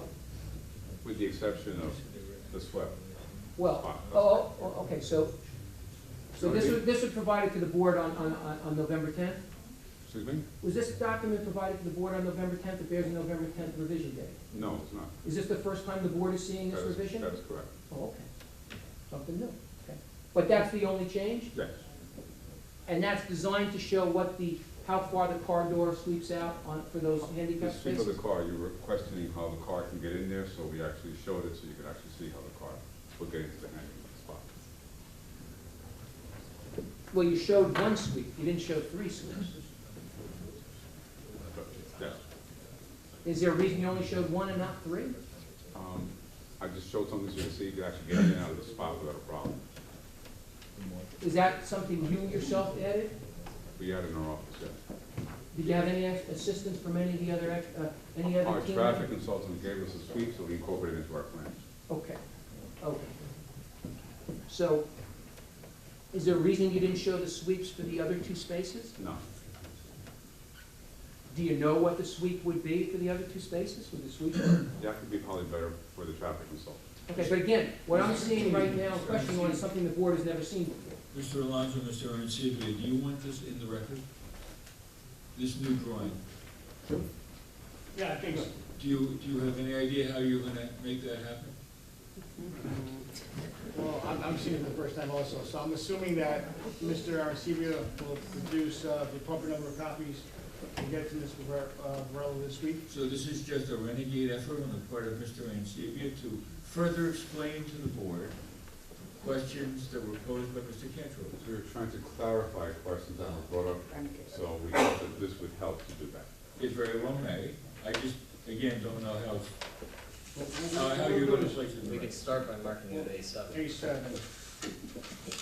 Mr. Arcivia, can you identify the, It's sheet A110, revised 11/10/14, and it's October 29 meeting comments. My suggestion would be to not minimize it a lot, but minimize it somewhat, and to present it to the board in sufficient copies at the next meeting. Mr. Chairman, as a matter of just procedure, may I request that Mr. Alonso provide me a similarly sized, if not a full size, an 11/17 size, copy of that, and as well email me a copy when he has a I have chance. a better one. Do 11/17 for the board and Mr. Cantor.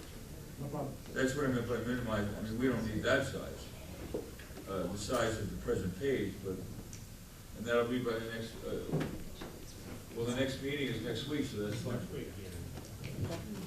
Thank you.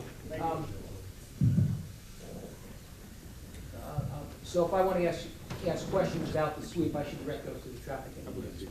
Okay. And you don't know why you didn't add sweeps to the three? I just wanted to show that it was easy and capable to get in without having to do a lot of maneuvers. That's all. Well, you want to show that.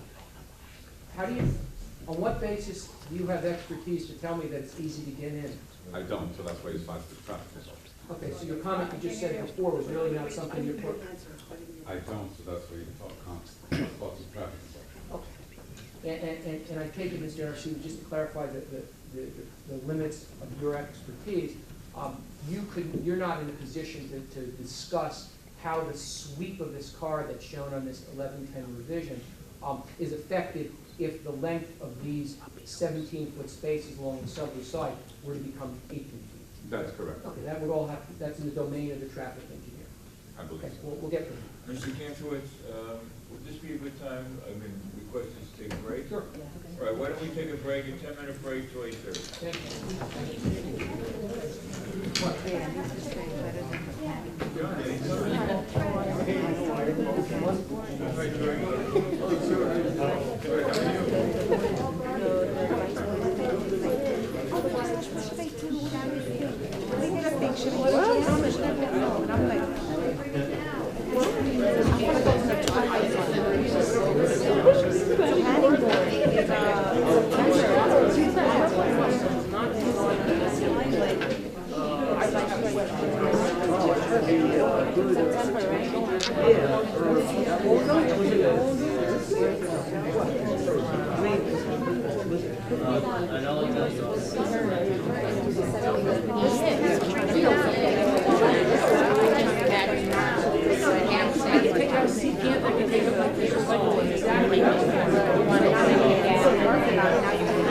It's much different. Have a daycare, have a loading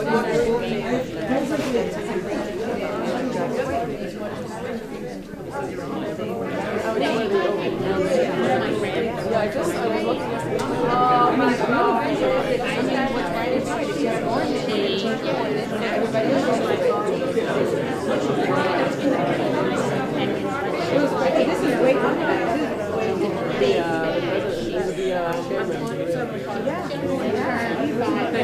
we keep everybody in check. He doesn't care whose lawyer you are. I try to make sure that everything is acceptable.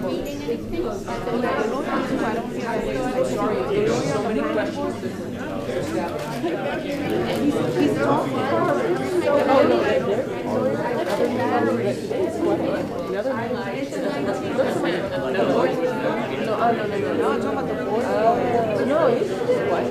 because he's making sure that everything is, so you don't get sued. That's what you're there for. What time when we did that? You know what, I'm gonna keep thinking, I just finished studying. So we said, and then just put a lot of stuff there to just want to totally skip it. I have it on my. And the chair is, the Board of Education Administrators. So I'm trying to, because this is my thing. So,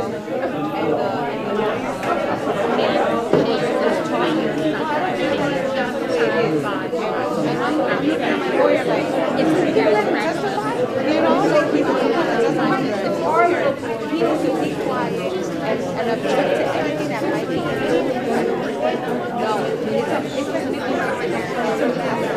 I need my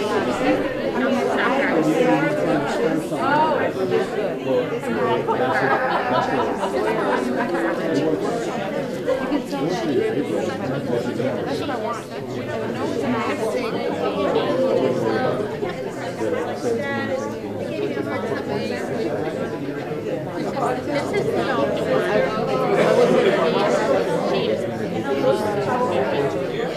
great. And it's been very hard for her. When she has a smile on her face, are you say something? I'm coming back in the end of December. And then it's not a happy. Oh, you know, watch the video. Because he said this grandmother is very it's getting better. You see the picture right there? This right here. Right here, it's like where did somebody like watering his whatever or something?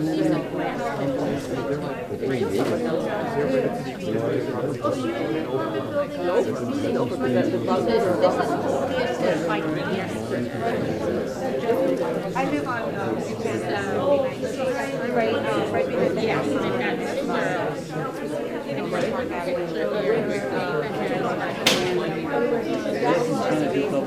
How that would look.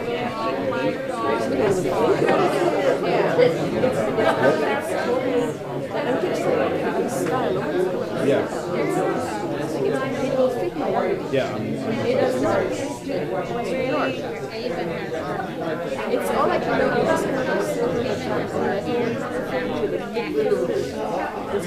you know what they put the Mary on her? And she was trying to get her. No, she can't because she's trying to make it small. Keep her small. Like these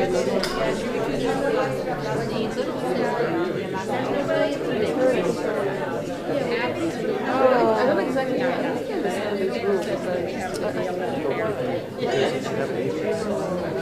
but they have an interest too.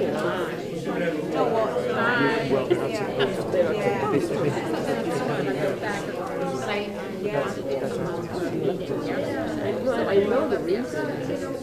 Went to a meeting last night. Meeting on this. On my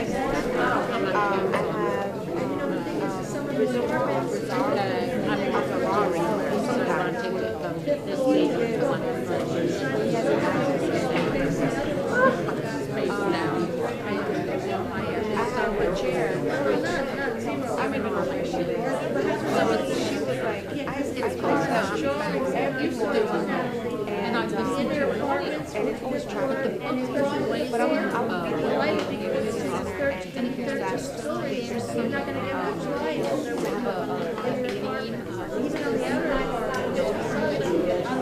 it's right there, you know, why would that make the firehouse that you did? How is that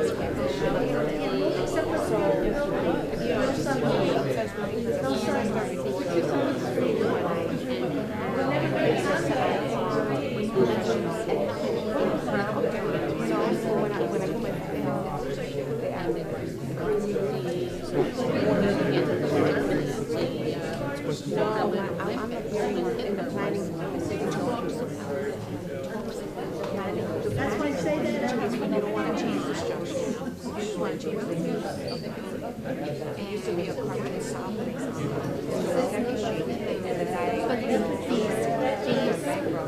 But these really give this full story. We have somebody who's man who just makes sure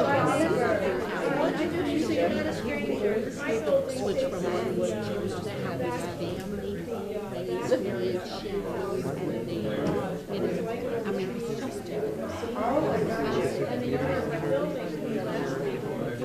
but I'll tell you, I thought I'd been on the trying to change the sound when it was like we got crazy Joe, I wasn't done the cubits for the argument and stuff, so I give me a mic on the other side.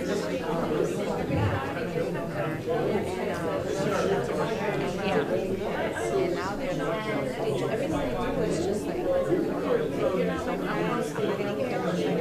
You know, like, you know, it's just, that's someone that's not on the time, you know, that makes me feel focused on, we try to like, you know,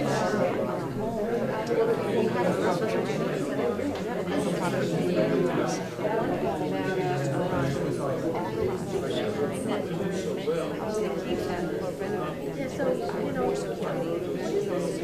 your friend, you just do a resume, foundation, and then just put my house on the top. Yeah, but then what do I do?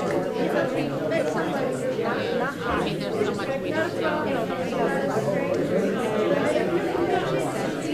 Taxes, insurance, you know, we were born at the line. Like you said, there's like we follow everybody.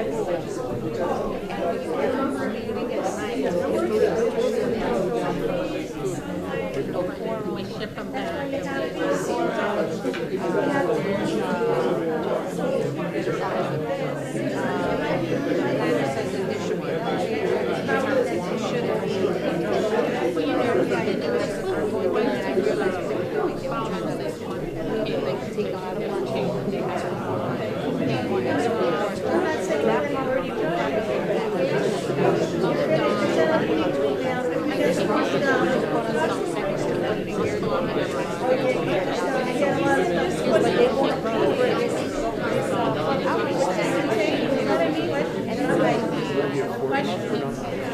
Well, at first I did a nonprofit, and then when they were you know what? I'll just profit early learning center, because I don't think it's so early learning center, make sure that they I have 3 kids, so like 17-year-old was there, so she just so I do it all, you know, so I just let me get something doing janitorial. Somebody gave me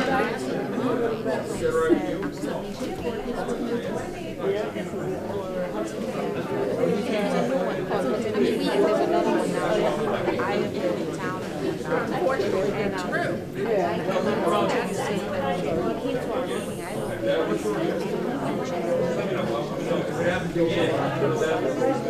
So that was the most recent, but again, it's fascinating.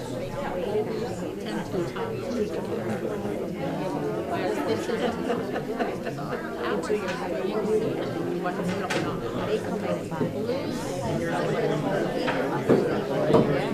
and I said, oh, well, I'm a fighter. I'm relentless. So I'll be there all day. If I went for 1 year, all these problems, like 2 of them just sitting there, I'll just keep doing it. Right now, I'm renting the second week in December. Coming up Tuesday and Wednesday. I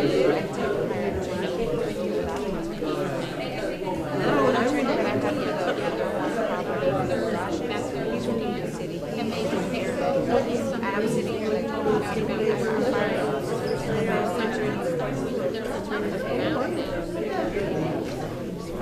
And I said, so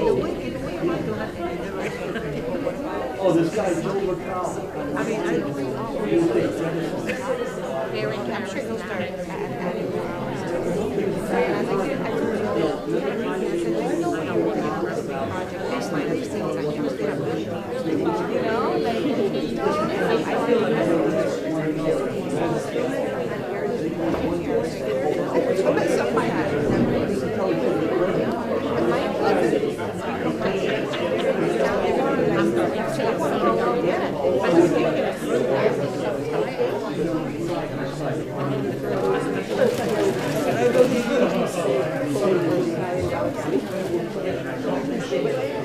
But it's there, it's there.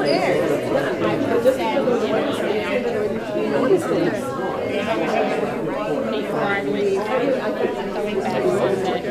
And it doesn't matter if you're in a park or another building, the truth is traffic.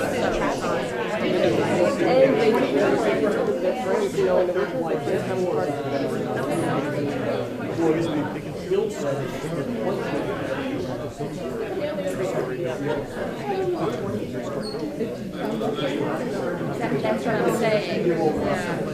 Not after all this movies. 4 years. They actually pay the engineers, the town engineers, and so that they ask them, they pay the town engineers, they pay the stenographers, and they pay the lawyer. So all those fees come out of the person who's actually building. I mean, I don't think they ask me for us all the time. As far as how much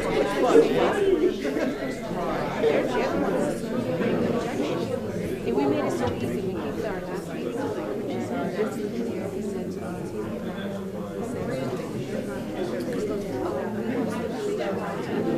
that's for sure. You know what he signs and he goes, to do this, give us our invoices, and we'll start doing our and they're like, oh, we also have some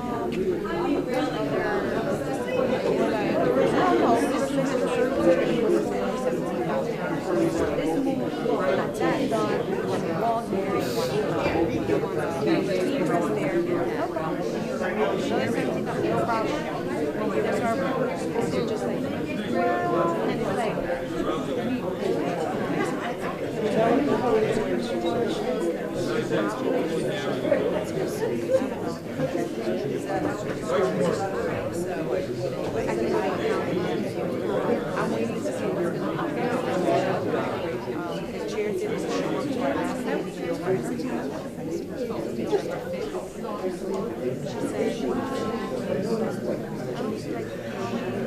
There's another meeting on Monday, and I'd rather be there.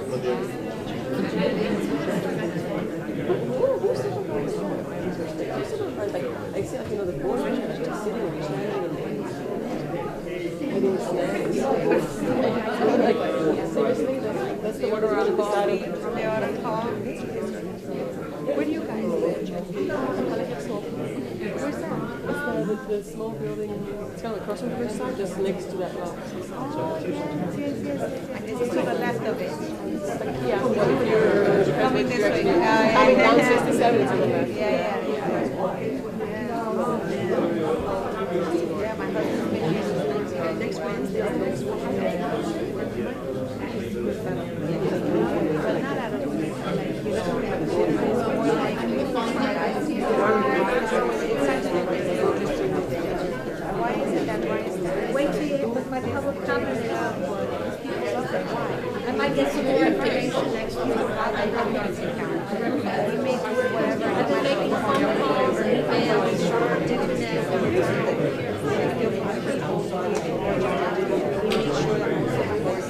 thank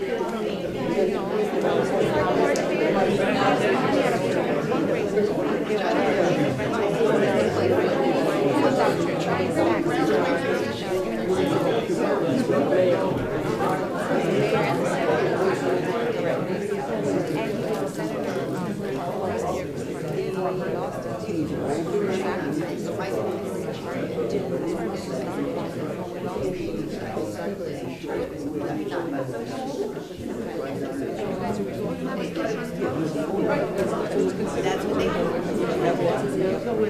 I'm an Essex County girl. My husband found me in Essex County. Can we resume the hearing, please? North. Okay. Yeah. And you're from Corona, okay. Oh, that's nice. It's going to be the last year and a half or so. It's getting familiar with the area. Yeah, let me tell you, when my husband was 9 years old, they would Now with the traffic, that, and that's what they're trying to make get back to my kids. They're older. They're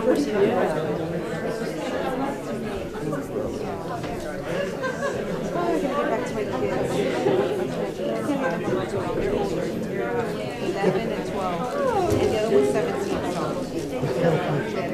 9 o'clock Sunday, 8:30, 9 o'clock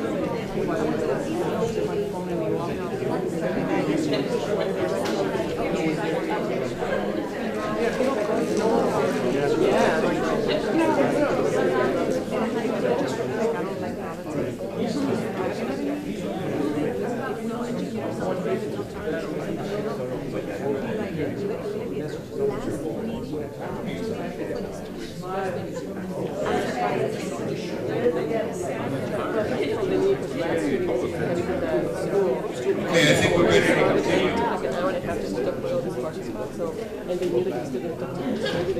Mr. Arizibia.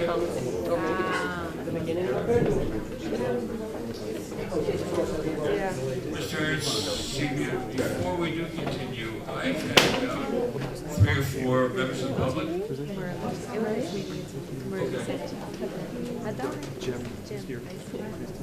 Mr. Arizibia, during the break, I've had maybe 3 or 4 members of the public who you met at the last hearing at the school come to me and say that certain things were promised them, but weren't given through Ms. Varela, or weren't given to Ms. Varela yet. I assume you understand what I'm talking about without me being specific. And therefore, I would ask you to have it to Ms. Varela by next Wednesday morning. Some of the questions from the last meeting? Tomorrow morning, why don't you call Ms. Varela Okay.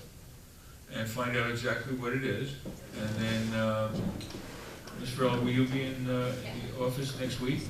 Okay. So let's say by next Wednesday morning, no later than the next Wednesday morning, just have whatever you promised from last meeting in Ms. Varela's hands. Sure. Thank you. Please continue, Mr. Cantor. Thank you, Mr. Chairman.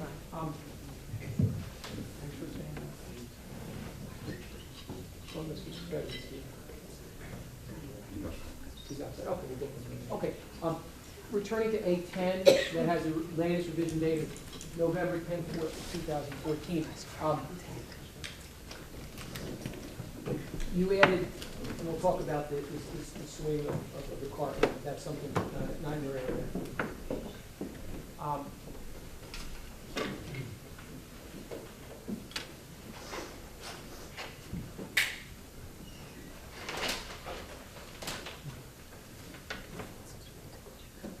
Let's do the same exercise we did before for A10. Excuse me, shown on the right side of the building. When you come, what is the width of the 14% road ramp that leads you into and out of the second floor, the third floor garage level to the 67th Street? 22 feet. The width is 22 feet. Yeah.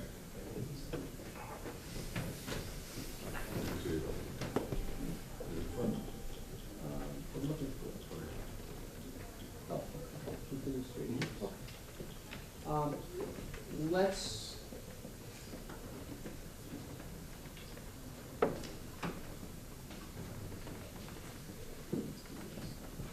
Okay, let's start from the northwesterly corner of this level, which is depicted would be the upper left-hand side, right? Northwesterly. Once again, if we were to lengthen the 17-foot-long spaces that you're showing up in the upper left-hand side, they're double-loaded on a 22-foot wide aisle, correct? Yes. And we were to lengthen those tandem spaces, and the tandem space is shown, and the 17-foot space is shown up in the corner, each to 18 feet. That aisle would go down to 20 foot, correct? That's correct. Okay. And how wide is the pole next to the 17-foot wide tandem space? That shaded area is a Is that a pole, a structured area, or a walk area, or what is that? I'm sorry. I want to draw your attention to the tandem space that of the four Yes. is the lower left-hand tandem space is the four. Okay. You see it? Now, just below it, as you're depicting, I see a rectangle at the front of the space next to the aisle, and then an area that's all shaded, that's all hashed. Yeah, Okay. What is the hashed mark? just open space. in the Open free space. And what is that little rectangle at the front of the tandem space? So this is sort of a proposed sport. It's a proposed sport column. Okay, so that there would be a column at the entrance to that space. Yes. And right opposite that tandem space up in the upper left-hand side, just to the left of the 197-foot elevation, you're also showing a proposed support column on the southerly side of the second space, which is now sized 8 by 7 feet. That's correct. Okay.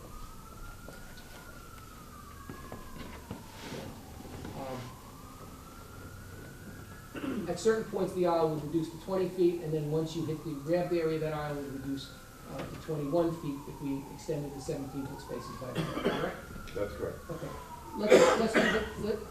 Let's do the same thing on the southerly side quickly. It's a two-way aisle, correct? Yes. And the greatest distance you're showing is a 24-foot wide distance, just where the 6% ramp ends? Yes. Okay? And what is the width of the aisle just to the right of where the ramp ends, where it's double-loaded spaces, 3 spaces to the south of the elevator, and opposite them, spaces along the southerly side of the building? 21'6", roughly. 21.6. So if we lengthen the spaces on both sides of that aisle where they're located, both on the southerly side and the spaces to the south of the elevator banks, that width would diminish by 2 foot, correct? That's correct. Okay. And also, would we lose a parking space if we lengthened the 8 by 17 foot space by 1 foot in the lower left-hand corner depicted next to the utilities box? No, because again, conversely, I'll do the same maneuver. No, because I will do the same adjustment on the bottom row as I did on the second floor. And how about if we lengthen the 8 by 17 foot space that sits just to the easterly side along the southern border, just the easterly side of the utilities pole? If we lengthen that by a foot, would we lose a space? Yes, you would. You would lose a space along the westerly side. Yes. Okay. And similarly, if we lengthen the compact 8 by 15 space on the third level, located on the easterly side of the southerly row of spaces next to utilities, this space down here, if we lengthen that by 3 foot to be an 18-foot space, would we lose any spaces along the easterly row of spaces? Yes, you'd lose another space as well.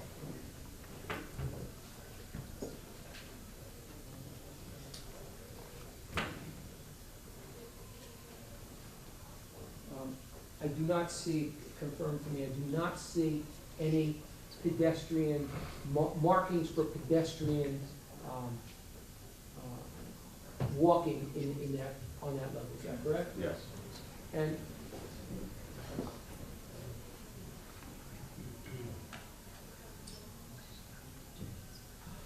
I may have asked this before, if I did, tell me. The scavenger hauler who's gonna take away your trash and your recyclables, is that, do you know if that's the same hauler, or is that a separate hauler? I would assume it's the same, but again, I wouldn't know. Mr. Spedner, someone else is better prepared. Okay, thank you.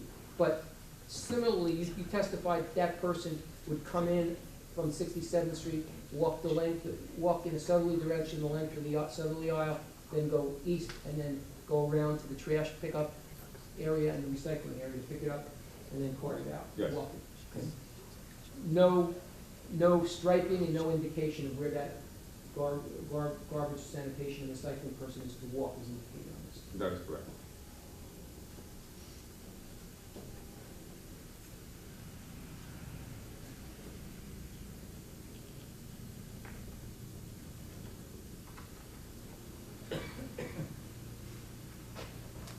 Beside, I'm looking now at A110, beside the introduction of what we call the inside swept path and the outside swept path, and very lightly shaded depiction of a car on the second floor. Is there any other change that was made from this sheet A110 after the board's October 2019? No. That's the only change. Good.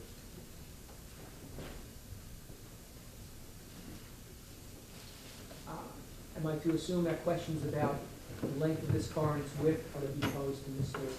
Paraguay, not to you?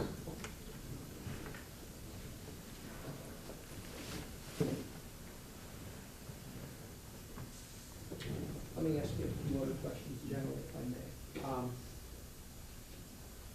You do work for the Capo D'Agri Properties Group, right? Yes? I do projects, yes. Pardon me? I do projects for them, yes. Okay. I can't hear you. I do projects for them, yes. Did you work at all on the Meridian Park project? No, I did not. Okay. Are you familiar with it at all? Yes. Okay. What's the basis of your familiarity with it? Mr. Capodaga has his offices there, so on occasion I go to the building to meet him, have meetings. You familiar with the New Jersey housing code as an architect? Not too much, no. Okay. Do you need to be familiar with it in order to design apartments and meet code requirements for purposes of bedrooms and lighting and access? Building codes per se. I'm sorry? International Building Code is really most of the issues for that. How about do you know if the New Jersey housing code applies to any buildings you erect? We don't really get involved with the housing, that's more of like a federal type of project sometimes, so we don't really get involved with that Okay. code. That was a good answer, but that wasn't my question. Okay. Do you know, as an architect designing apartments, whether the New Jersey building code, housing code, set forth in New Jersey Administrative Code, Chapter 5, Title 5, Chapter 28, is applicable to buildings you design? I don't know the exact chapter. Do you know whether the housing code is applicable? The New Jersey housing code is applicable to buildings that you design? I don't know. You don't know. Am I to then strike that? Did you design the interior of this building and the bedrooms and the apartment units without reference to the New Jersey housing code and its requirements? We designed it according to the International Building Code and the UCC, and those are the codes that we adhere to. Okay. Do you know whether the requirements of the New Jersey housing code are all encompassed by the requirements in the International Building Code and the UCC that you referred to? Administratively, no, I do You not. don't know that. So you can't tell me whether the New Jersey housing code's requirements have been met for design of this building? No.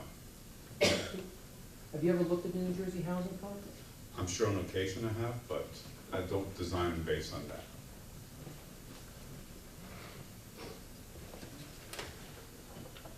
Has anyone in your office ever referred to the requirements in the New Jersey housing code when designing buildings?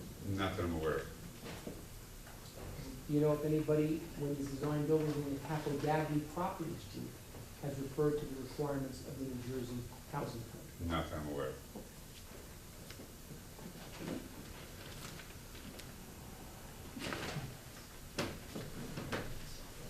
Okay.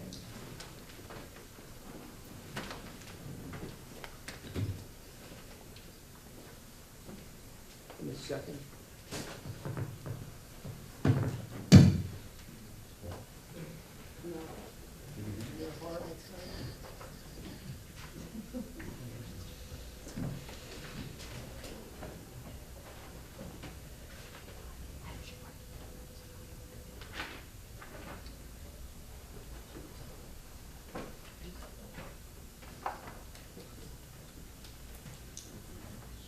Now,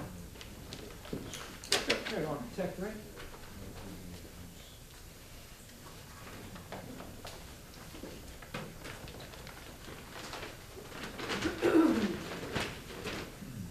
You're an architect, right? Yes. License? by the way, what, besides this project, what other Capo D'Agri Properties projects have you worked on? We did a project in Boundbrook, What's the name of that project? Meridia, Boundbrook. Okay. Anything else? Excuse me? Are there any other projects besides Meridia Boundbrook that you worked on for the Capo D'Agri Properties Group? We're doing another project in Linden, Okay? again, another Meridia project as well. Okay. And currently, if you can estimate this, what percentage of your work currently is done for the Capo D'Agri Properties Group? Percentage-wise, my company, Yeah, 25% maybe? that's for calendar year 2014, you'd estimate 25%? Yeah, How about for calendar year 2013? probably roughly the same, Okay, and how about for calendar year 2015? probably about the same. In terms of sizes of accounts, where did that rank in your company's ranking of the size of accounts, clients that you service? It's a nice account. Is it the largest client that you service? No, Is it the second largest client that you service? probably.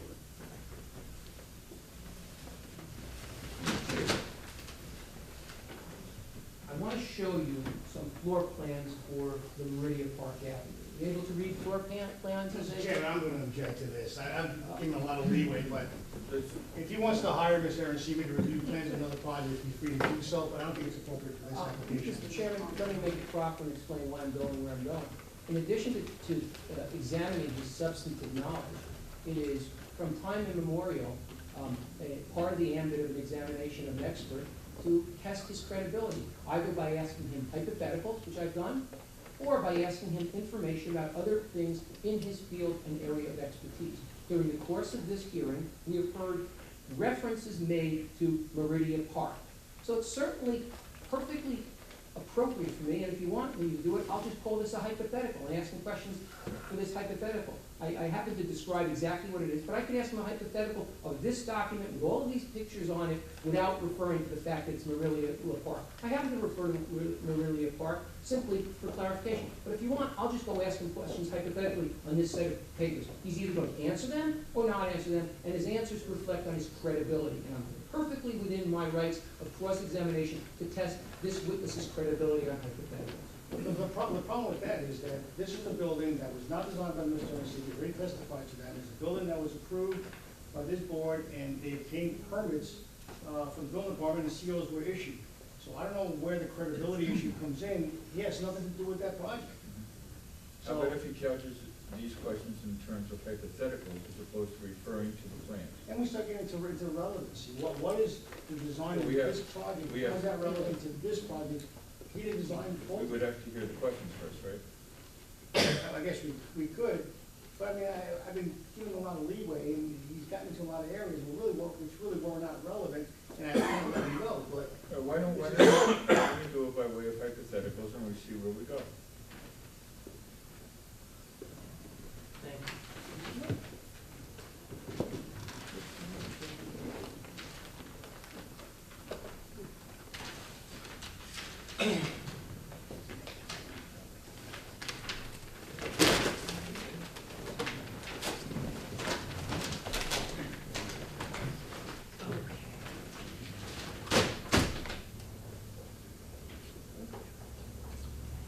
Mr. Araceli, let me ask you, hypothetically, showing a document, just for purposes of the record, I'm going to refer to the document by a number in the lower right-hand corner so we can make a reference.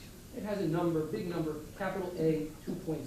So just so the record will be able to refer to the hypothetical I'm asking based on this document. But are these construction plans that were approved and signed and sealed, are these schematic plans that were approved by the boards? I mean, what are we looking at? Well, if you wanted me to answer that, then I'll tell you what they are without going through the hypothetical. On my hypothetical, I can ask him anything I want, provided I give him the parameters. What is hypothetical?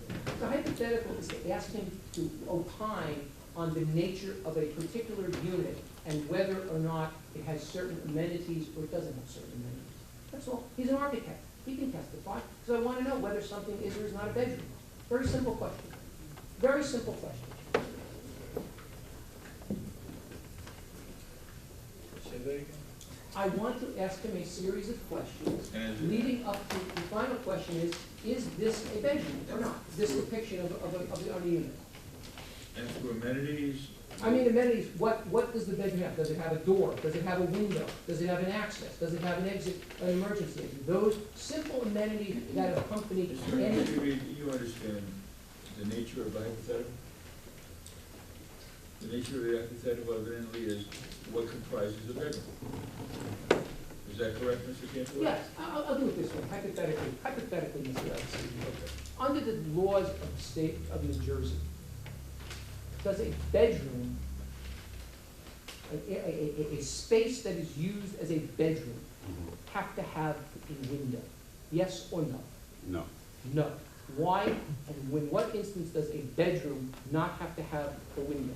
As long as you have some type of mechanical ventilation for the space and some able to have some natural light thrown into it. Okay, and you've testified just before that you do not have familiarity with the New Jersey Housing Code, is that correct? That's what I said. Okay, great. Now, is that definition, or that requirement, that it has some sort of ventilation, is that found in the International Building Code that you refer to as a standard? I believe so, but I could be wrong, but I believe so. Okay. Have you designed units without bedrooms? Bedrooms without, excuse me, strike that. Let's go back to this. Hypothetically, let me show you a drawing. Okay? Happens to be a drawing of apartment building, but come have a look. Come have a look at what I'm pointing to as unit 2B, 2 capital B. Okay, hypothetically, you see that drawing? You ever seen a drawing that looks like that in terms of any of the work you've ever done as an architect in your 2-decade career? Somewhat, okay. Look at, for my purposes, look at the unit that's depicted as unit 2B and has underneath it the number 215. You see that? Yes. And that sits next to something depicted as unit 2B.2 with a number 317, right? That's correct. And on the other side of it, there's another unit depicted as unit 2B 313, correct? Correct. Okay. Now, when, as an architect, based on your experience, you would enter, hypothetically, the unit I'm pointing to with number 215, 2B, is a mirror image of unit 2B, number 313, correct? Can you make an assessment as to whether it's a mirror image with the same size, location of rooms, kitchen, toilet, closets, but just a mirror image of 215? It looks like it, yes. Okay.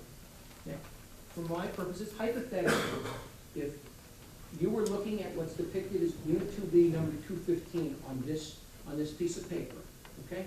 Can you look and tell me, as you enter that unit, you would enter from a hallway at the top of the unit, correct? The way it's depicted, correct? And it's depicted as a unit of 23 feet 9 inches wide, correct? Correct. Okay. Now, you would enter through the doorway, and immediately to your right is an area depicted as a kitchen, correct? Yes. And immediately to your left, there's an area depicted, correct? A room that is depicted. Yes. And as you continue, we'll just call that room, okay, for our purpose, the capital R room, okay? As you continue into unit 215, you get to an open area next to the kitchen. It appears to be an area showing a table and 4 chairs, probably function as a eating area, dining space, correct? Yes. Oh. As you continue further into the unit, you reach a far end, and that appears to be an open space beneath the number 996SF. That looks like an open area for sitting or living room or something like that. Is that what it appears to be? Oh. Next to the area we just described as living room, just to the right on this drawing, is another room. We'll call that room 2. Can we call that room 2? Well, I'm going to call that room 2. Does that look like a room to you? Yes. Okay. Does it look like a bedroom to you, that room next to the living room? Yes. Okay. Does that appear on this depiction to have a exterior wall facing the outside? Yes. Okay. Now, let's go continue back around. Between room 2, which we described, and the first room we described, there appears to be another area that looks to be a bathroom area, correct? Yes. Okay.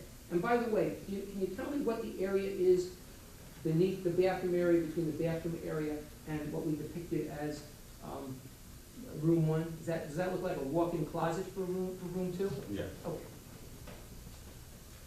If you know, does the room we identified opposite the kitchen have a window to the outside? Does not appear to. Okay.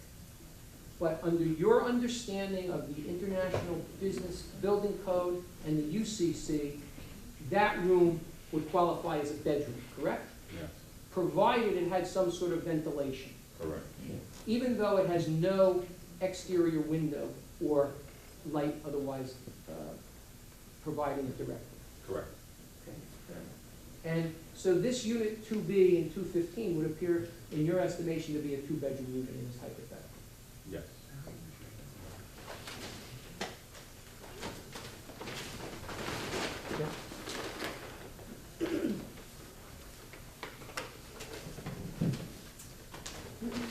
In your practice, have you ever looked at the New Jersey Housing Code and its requirements? I'm sure I have. Let me show you the New Jersey Housing Code.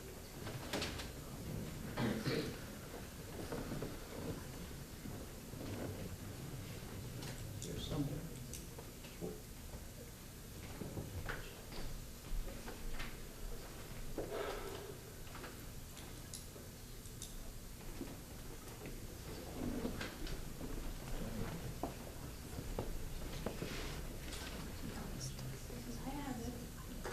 No, I need the house. Chair, would you just bear with me, I have a bunch of papers.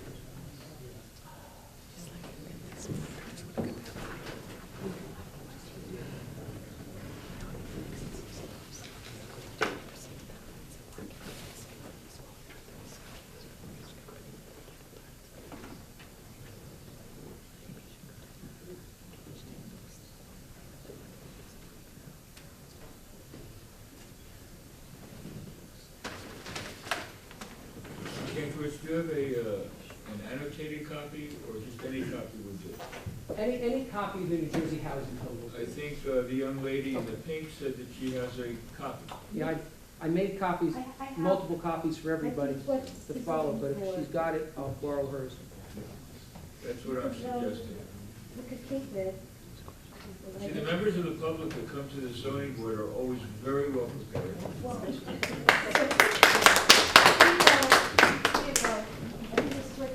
Yes, okay. Mr. Aristide. Excuse me, Mr. Cantorowitz, I didn't hear a thank you. I said thank you. On the record, thank you, Ms. Kelly. You're welcome. Mr. Aristide, I made extra copies so I can distribute them to council and to the chair. I'm frustrated I can't lay my hands on this moment. Mr. Aristide, let me show you something. Show you a piece of paper. You see on the top of it, it says New Jersey Administrative Code, copyright 2013 by the New Jersey Office of Administrative Law. Yes. Okay, you see, it says Title V, Community Affairs, Chapter 28, New Jersey State Housing. I'm sorry. Title V, Community Affairs, Chapter 28, New Jersey State Housing. Did I read that correctly on the top of this page?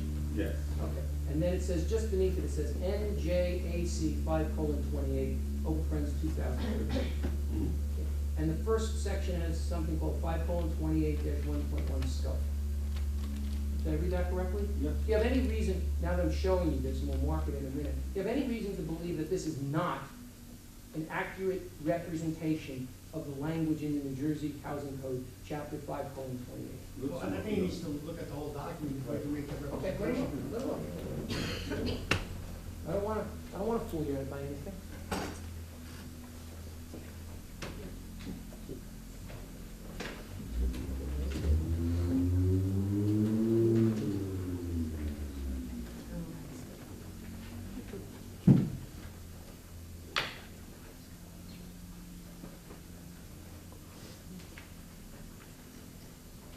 Ah, found it.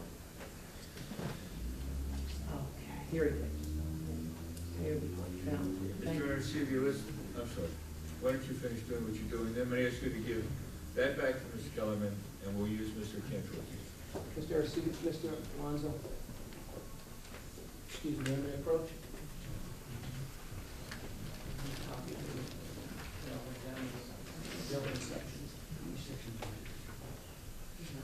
Okay.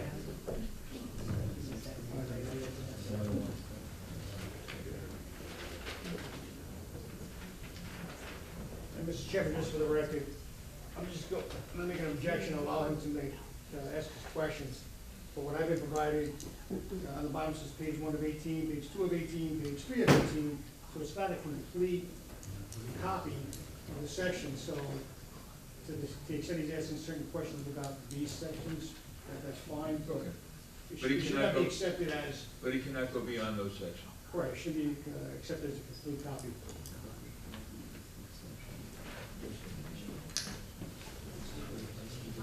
Okay. Excuse me, I'm sorry, mine is a complete copy, I think. No, I have a complete copy here too. Last question?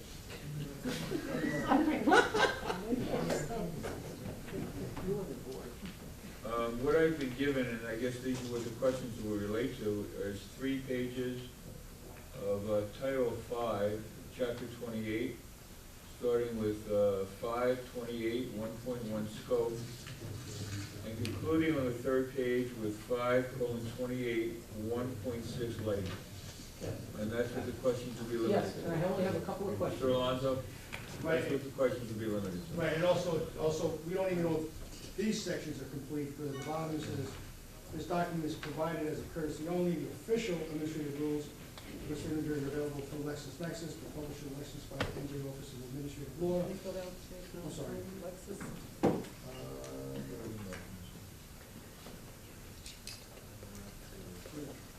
The publisher, licensed by the New Jersey Office of Administrative Law. Mr. Alonso, the way I'll handle this is, what he's to distribute, I'm gonna mark as 06. And if there's a question as to the completeness or anything like that, we will now have this as an exhibit and it can be challenged. Okay, thank you. A couple of quick questions. It's, Mr. Arancibia, it's only the first 3 pages. Yeah. And you want to hold, that's easier for you, that's 06? Thanks, okay. Mr. Kellerman, is that yours? Yeah, they can have it, I can always make No, another I've got it, copy. good, thank you. Mr. Arcivia, let me direct your attention to the first page, definitions, section 5:28-1.2.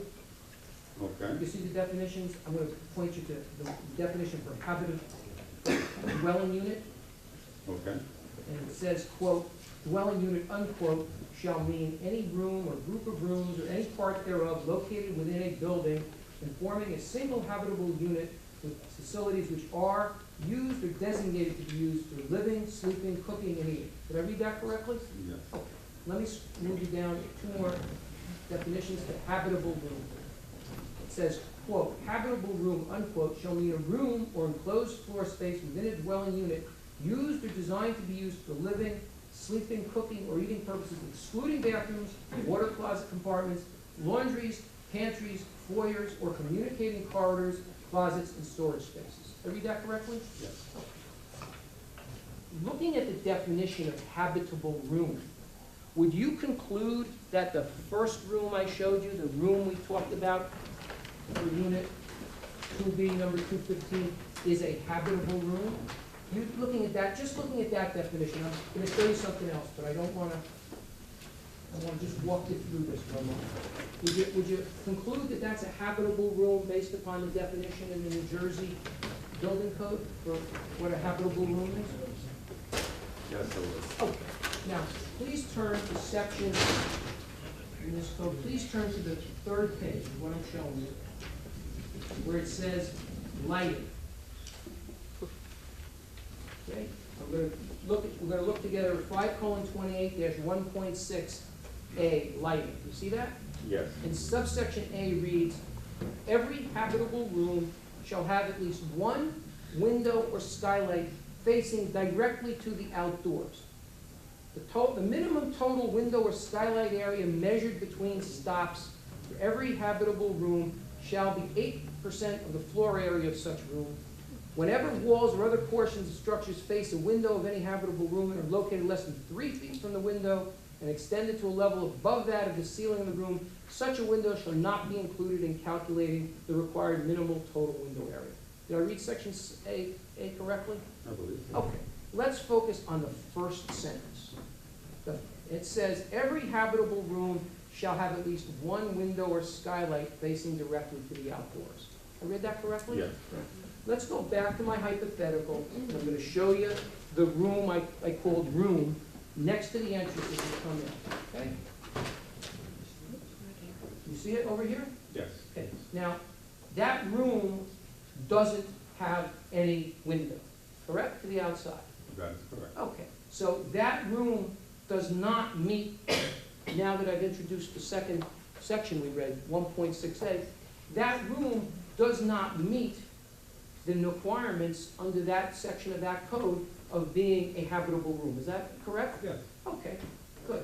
Now, and just by the way, looking at that room and looking at the way it's depicted on this plan, what kind of use does that room appear to be made for? Bedroom. A bedroom. Okay, thank you. Good. Now, do you know anything, let's go further.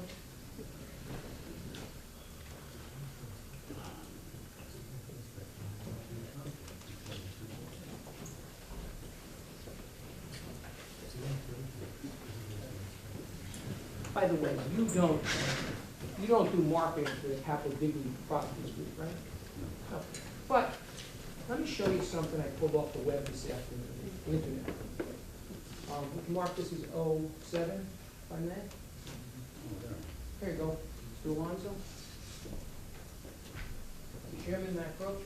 Sure. 07. Mr. Kantor, I have a question, because for instance, when it comes to parking spaces, we have RISA, and we've got. Or SIS. and- Yes.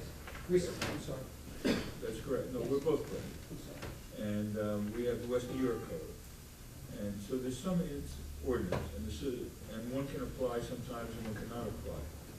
Are you proffering that the New Jersey State Housing Code definitively, without exception, applies to the building that's being proposed by Meridian Boulevard? No, I'm proffering is demonstrating a matter of credibility as to representations made by this applicant Okay. about other projects to undermine or to attack the Okay. credibility generally as it All right. applies to this project. Okay. And I'm entitled to do that. That's fine, no, I want to be clear. Yeah, that's what. That's why I asked the question. Yeah. I want to be clear. So what I'm gathering from your answer is that the fact that a unit, and more specifically a bedroom, in Meridian Boulevard does not necessarily meet the lighting dwelling unit, habitable room requirements of the New Jersey State Housing Code is not fatal to it. Well, no, let me correct if I may. What I'm proffering and trying to demonstrate is that for Meridian Park, which was talked about, I'm not concerned about Meridian. but I'll come to the point I'm making. What I'm trying to show that is that the credibility of this applicant, well, I'm trying to attack the credibility of the applicant by showing that representations made about Meridian Park, which was discussed and as referred to as a relationship to this building, but that the representations that this applicant makes regarding Meridian Park, okay, are dubious and perhaps not credible representations. And therefore, I'm allowed to attack the credibility and have this board. I understand where you're going. So I'm talking about right now, I'm talking about Meridian. I understand where you're Park. going, Yes. and I have no argument Yes. with what you're saying. Yes. And for the moment, assuming the dubiousness of whatever went on and goes on, and relating to the plans of Meridian Park. Okay. Notwithstanding that, there's no fatality regarding a unit, a bedroom, a dwelling unit, the lighting under the New Jersey State Housing Code regarding Meridian Boulevard. Well, I'm gonna go look at the bedrooms depicted in Meridian Boulevard. Up to this point. I haven't gone there yet, Your correct? questions relate really to the credibility. Correct. Not the totality. Correct. Okay, I haven't gotten there yet, yes. thank you. Now, Mr. Chair, if we could make a further proffer, he keeps referring to representations made, but he has not identified. Regarding what? Exactly. He has not identified what those representations were. He's attacking those representations, so I think he needs to make a proffer in What order to determine whether the line of questioning is relevant. Well, what I've gathered is that what Mr. Kantrowitz is referring to is the instances, no matter how few, that Meridia La Park was mentioned. And that's why he's using, hypothetically, situations in Meridia La Park to attack the credibility of the applicant. Is that correct? Yes, yes, yes, sir. Did I follow your train correctly? Yes, sir. Okay, that's all we're doing. Okay. Yes, sir. Okay. Just not done. And just, I've marked 06, I took this off the website. Let me show you excuse me, 07. This I took off the website. Have you ever visited the Meridia or Capo Digli Properties website? Yeah, Cappadocia. Okay. Let me show you the picture on the lower half of 07. The photograph taken from the website. It says our company describes the company in two paragraphs, correct? Yeah, You see the photograph there? I do. Are you in the photograph? Yes, I am. Okay. What is that photograph? That was basically the groundbreaking for the Meridia Boundbrook project that we were the architect. Okay, and that was when you testified that you're an architect on Boundbrook and on Linden and on this project as well. And just to be clear, is anyone else from your group in this picture beside Mr. Pereira, who I see smack in the middle? Yeah, no, just me and Chris. Green Chris. And to your right is Mr. Stead, correct? Correct. Okay, and this is just a picture of the group that spoke around at Boundbrook. Pretty much. Okay, great. Now.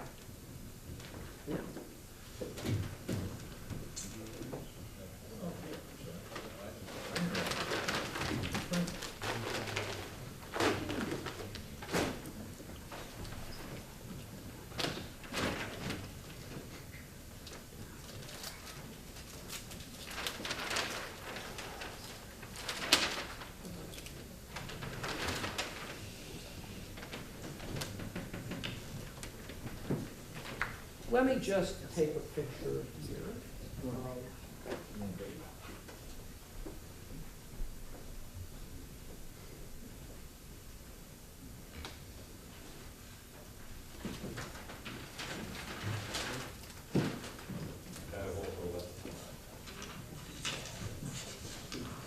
I'm going to show you what's been marked A120. Okay? Okay. This is a drawing that was produced by you with a revision date dated 8/4/14, correct? Yes. Do you have any 120 on the easel?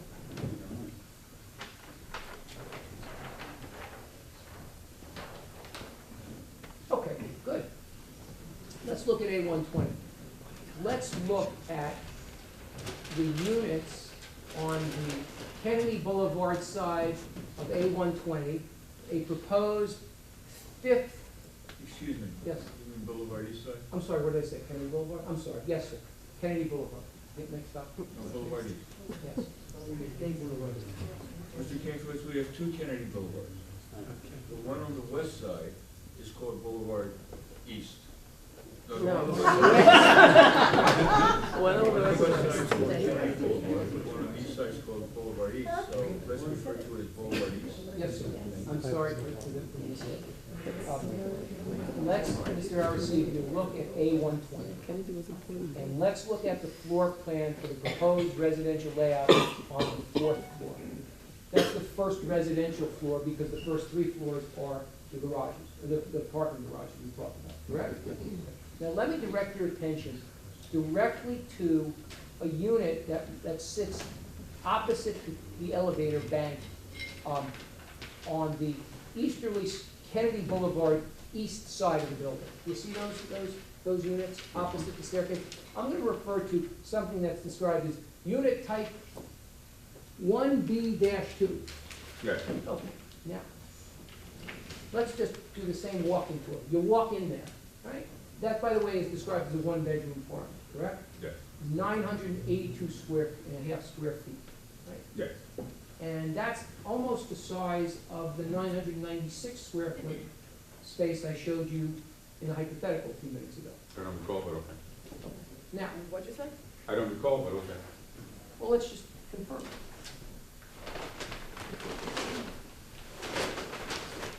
How many square feet in unit 2B, 215, shown on this plan? 996. Okay, so it's, this one's 982, 26 square feet, not even 16 foot square foot, 4 by 4, right? Size of a small closet. Yes. Okay. Let's take a walking tour. You're on the 4th floor, you walk into what's been described as unit type 1B-2. You walk in, what's immediately on your left side as you walk in? Bathroom. Bathroom. What's immediately opposite the bathroom on the right side as you walk in? What kind of room is that? It's an open space. Open space. And what could that be used for? An office, a den, number of things. Could it be used as a bedroom? Yes, it could. Okay, if it were used as a bedroom, does it have any wall or exterior, excuse me, does that room that you described as a space, which could be used as a bedroom, have at least one window or skylight facing directly to the outdoors? No. Thank you. And let's look at the unit right above it, unit type 1B-3. Again, we'll walk in here, it's described as a one-bedroom unit, correct? And just go back to unit 1B-2. The one bedroom is on the easterly side with a window facing Kennedy Boulevard East.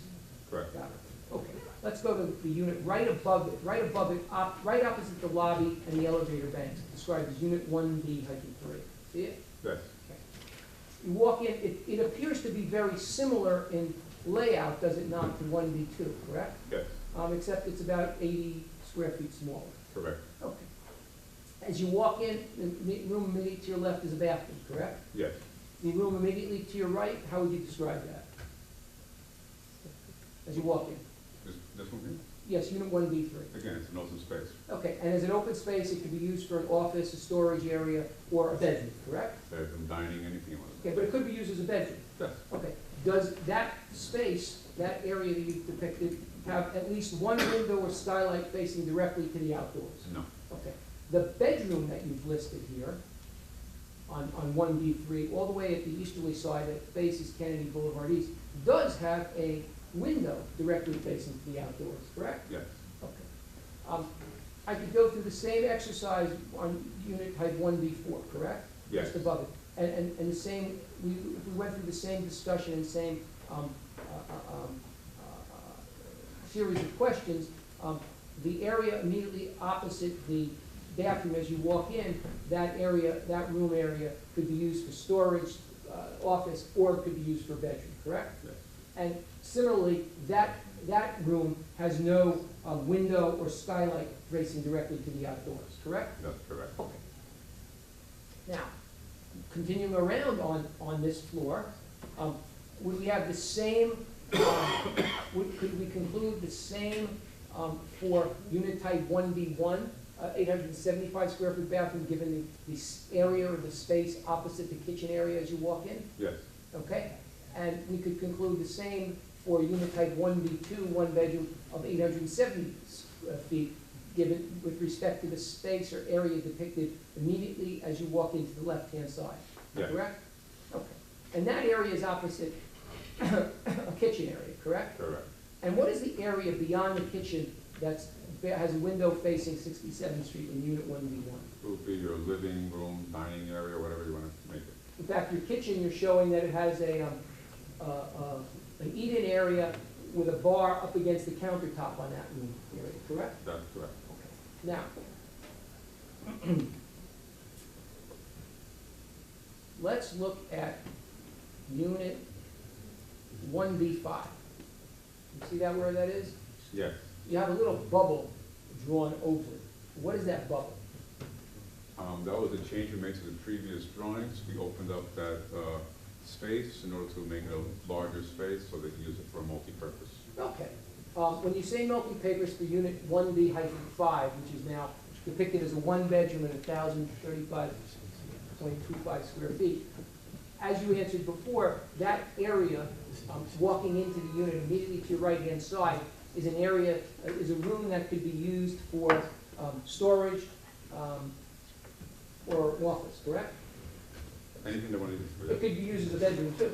In fact, it has a closet attached to it, correct? A lot of them do, yeah. All the ones we looked at have closets. I don't know about all of them, but I think a lot of them do, yeah. Well, 1B1 didn't, but 1B2 had a closet, correct? And 1B3 had an area that could be a closet, okay? And similarly, that area that's depicted in the closet in unit type 1B5 has no window or skylight directly facing the outdoors, is that correct? That's correct. Okay.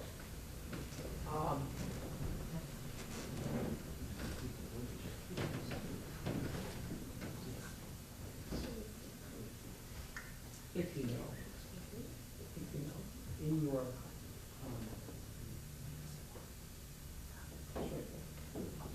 let's look at the depiction of the floor layouts from the 5th to the 12th floor. Now, these are all the same going all the way up, correct? That's They're correct. all one on top of the other together. So the series of questions I asked you about the one depicted here would apply equally to every one of those 5 through 12 floors. Yes. Correct? Okay, good. What is represented by the change encircled in the bubble on the lower right-hand corner of the depiction of layouts 5 through 12? I think it was sort of the comments from, I think, the board engineer that they wanted to have some kind of like a graphic scale or scale device is concerned on the plans. Some additional notation as far as location of streets, so we added notations with respect to the names of the streets, that definition of the elevators, and also definition of the stairs. Okay, let's go through the same series of questions that I asked you before. And also the depiction of the bubble inside unit type 1B5 of 1,035.25 square feet was also a change to open up that area. That's correct. Okay. Same series of questions we'll go through, but we'll go quickly.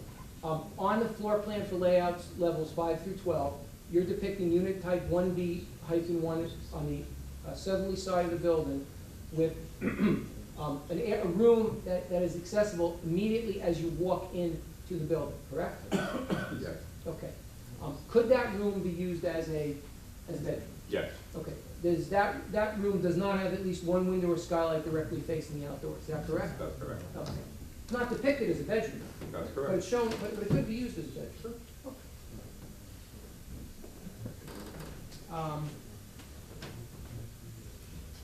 The same series of questions with respect to the unit right next to it.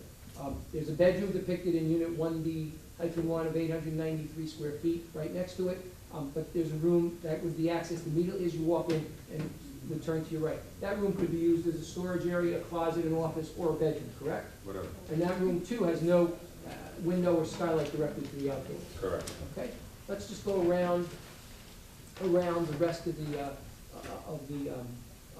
floor.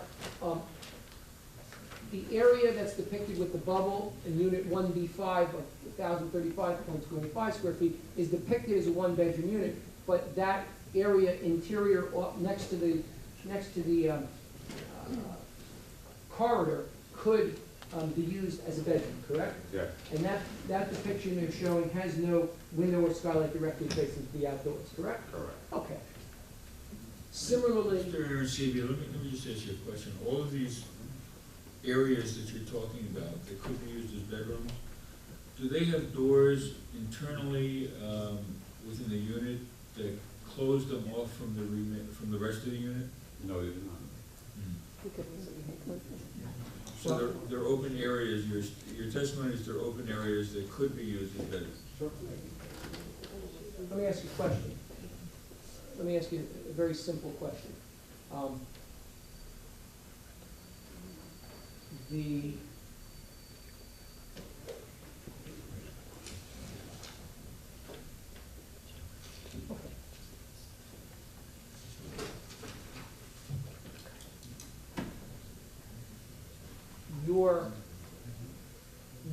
Your experience, you're not showing a door on these interior spaces that are not labeled as bedrooms, correct? That's correct. But if one wanted to use it as an office, one could install some sort of partition or door in order to create privacy for use of the office. Confidential conversations and some sort of privacy apart from the rest of the unit, correct? It's a rental building, so I don't believe you can make those changes without actually having approval from the management. No. Do you know whether this management, as part of its lease, will forbid enclosing off through a partition, door, or any other artifice that area? No, I do not. Okay. And do you know, you may not know, whether this management polices or examines to assure that these closed off areas, that these areas would not be closed off? No, I do not. Let's just go around. If I depict to you on this, the floor plans of 5-12, you see other rooms that are depicted in unit type 1B2 on the easterly side as you enter, that also could be used as an office, closet, or any such thing, correct? Yes. Okay.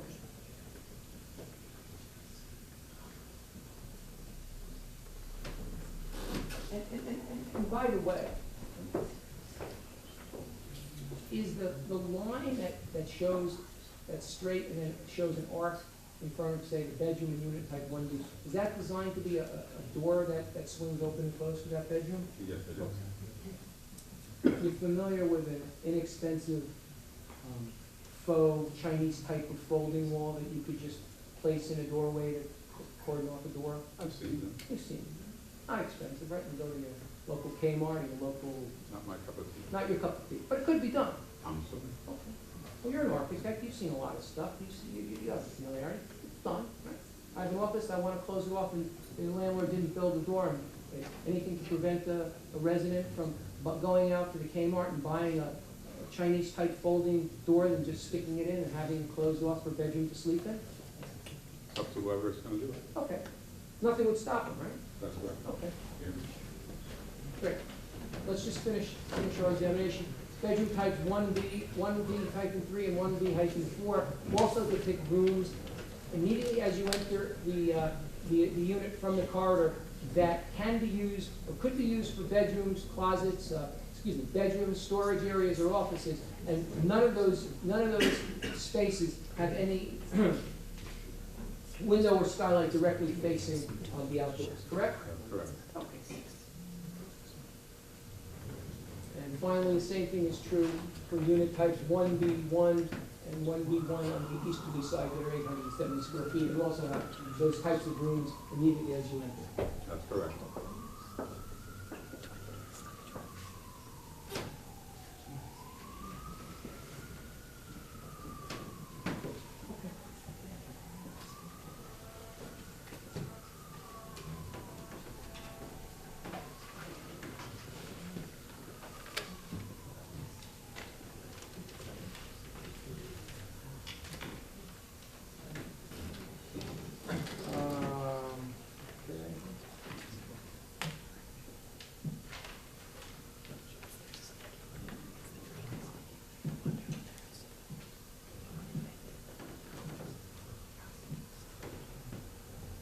Subject, Mr. Chairman, to the additional shadows and shade study that Mr. Araceli is going to present. Subject also to any questions I ask the other array of witnesses that may turn out to be Mr. Araceli's domain. So the question is reflected to him. And also subject to any recross based upon any redirect examination. I have no further questions at this time, Mr. Araceli. And I'm going to reserve my redirect until he brings in the shadow study, so we don't have an overlap with questioning. So you don't want to do your redirect piecemeal style? No. Yeah, I'm gonna wind up overlapping and. I'm real easy that way.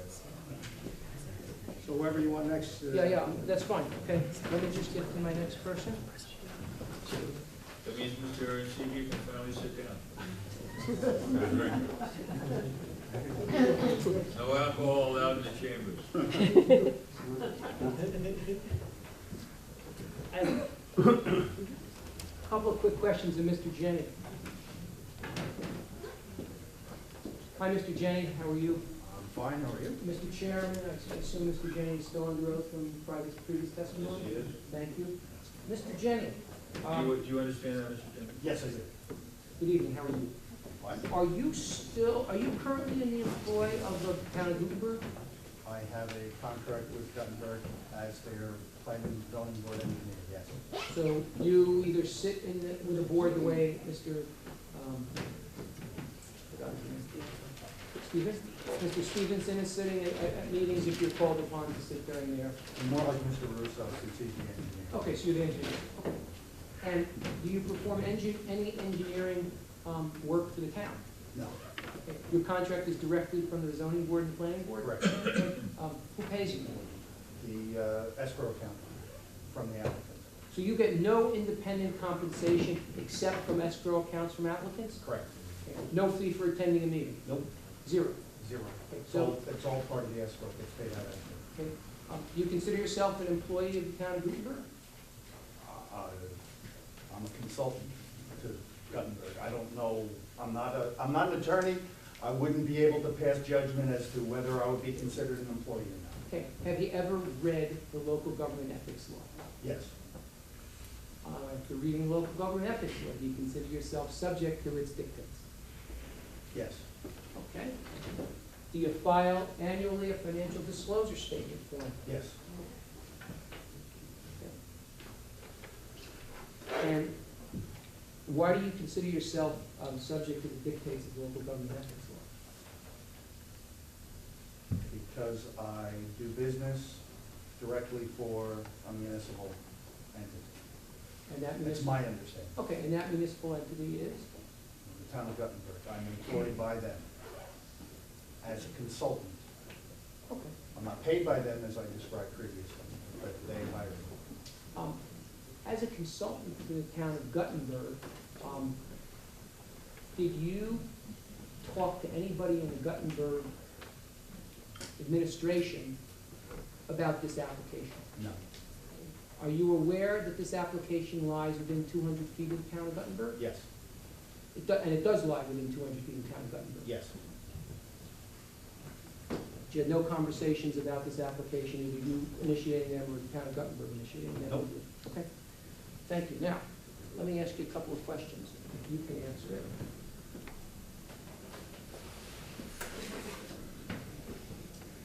You were here last time for the testimony of Mr. Arcidi, or were you absent for part I of the meeting? was absent at the beginning. We were somewhere discussing the parking spaces, Okay. but that, I don't know where that was. Were you there for any of the discussion of the ramps? Yes, I believe I was. This sheet A100 shows the first floor parking, correct? Yes, And it's on a sheet with Mr. Arecibia's firm, CPA Architect. Okay? Yes. Yes. Did you consult or render advice to Mr. Arecibia in the design of the parking of the lower level? no, None whatsoever? nope, And no conversation with him? not concerning the design of the parking. My limitations of my discussion was what were the elevations when you were done with the ramping? What floor elevations did you have for the lower floor? What ceiling elevations did you have for the second floor? So I could design the drainage system to make sure it fit And drain properly. so you did not render any, or have any conversation with Mr. Arecibia about the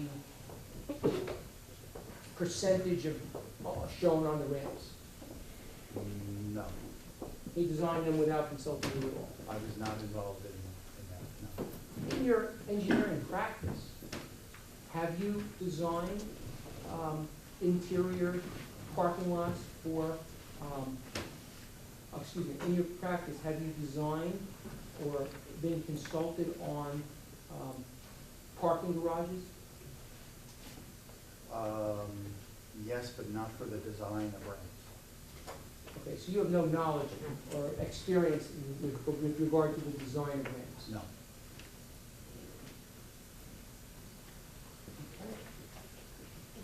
That was all done by Mr. Aracidi. I don't know who it was done by. I'm sorry, Mr. Chairman, we have to call Ms. Aristide back about the ramp. We'll get to that. Let me finish. You'd answer the same way if I asked you about the ramping of the second and third floor as well, the percentage of ramps and so forth. You asked me about ramps in general, not any particular floor, and my answer is the same, Well, whether it's in general or whether it's for an Specific- individual okay. floor. So- Ramps in parking lot ramps in a building, I was not consulted with, I have no experience with. Okay, right, so just to close the loop, if I asked you the same series of questions I just asked you about the first floor, about the second and the third floor, you would give me the same answers? Yes, I would. Okay, so we'll get right past that. Okay. By the way, as an engineer, have you ever heard of the Urban Land Institute? Yes. What is it? Wait, the what? Urban Land Institute. You've heard of it? Yes. Okay. Good. What is it? And do you know what it is? Hang on a second. Let's do it this way.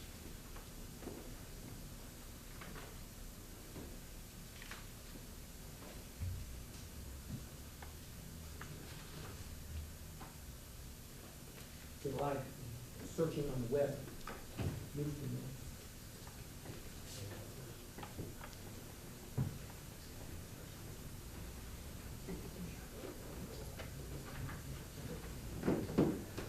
Let me show you something that's called the Dimensions of Parking, 5th edition. Let me just see the first one, do that.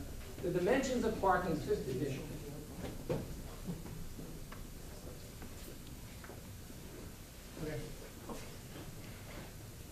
Okay. This book looks like it was published by the Urban Land Institute. Does it look like that to you, based upon your knowledge of what a book looks It like? looks like that. Oh, Looks like a book, too. I don't know, want to make sure. If I, take a moment and read the page III that says about the Urban Land Institute. Just take a look. Am I reading it to myself? Yeah, or read out it to loud? yourself, then ask you a couple of questions. Please, thank you.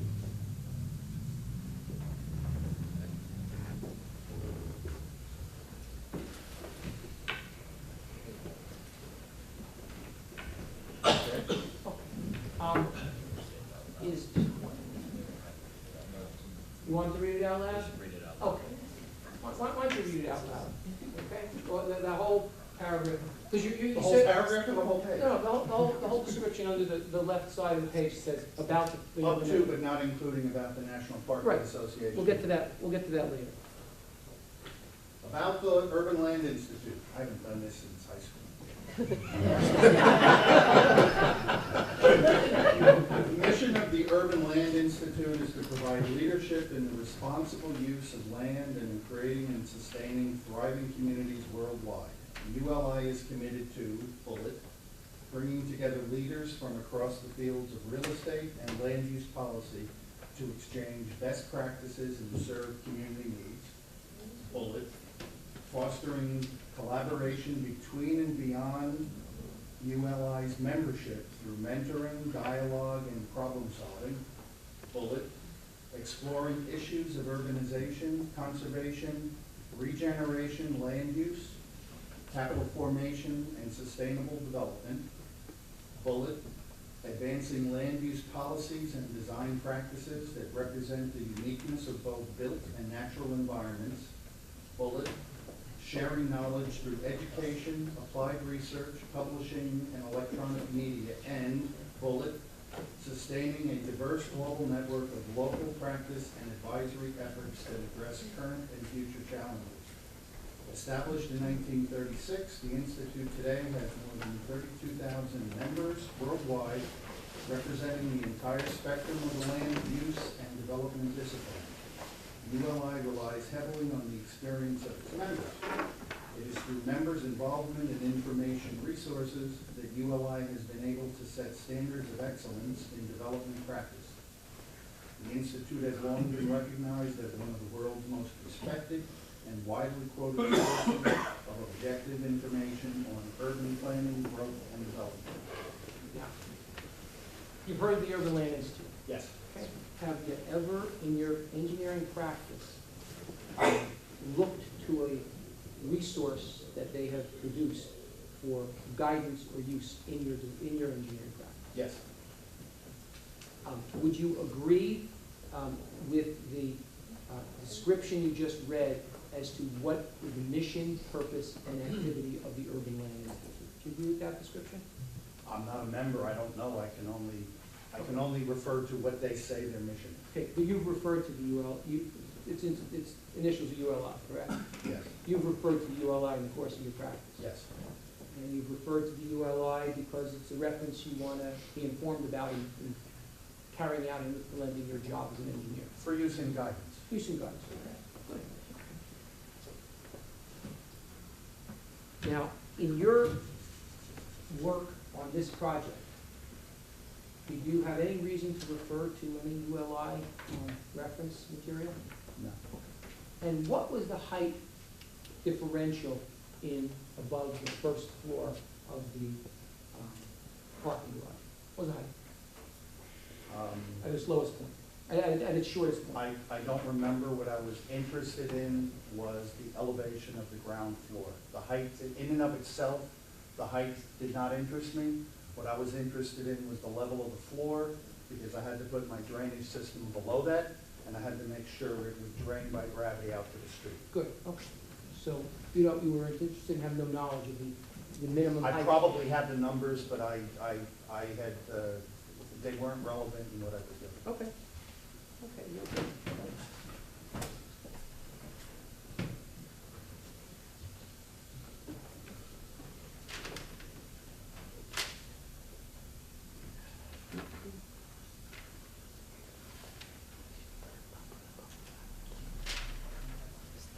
I have no further questions of Mr. Jenny, but as long as I'm on the topic of that ramp, if I can call Mr. Arcidi that, I'll just do a couple of questions of him.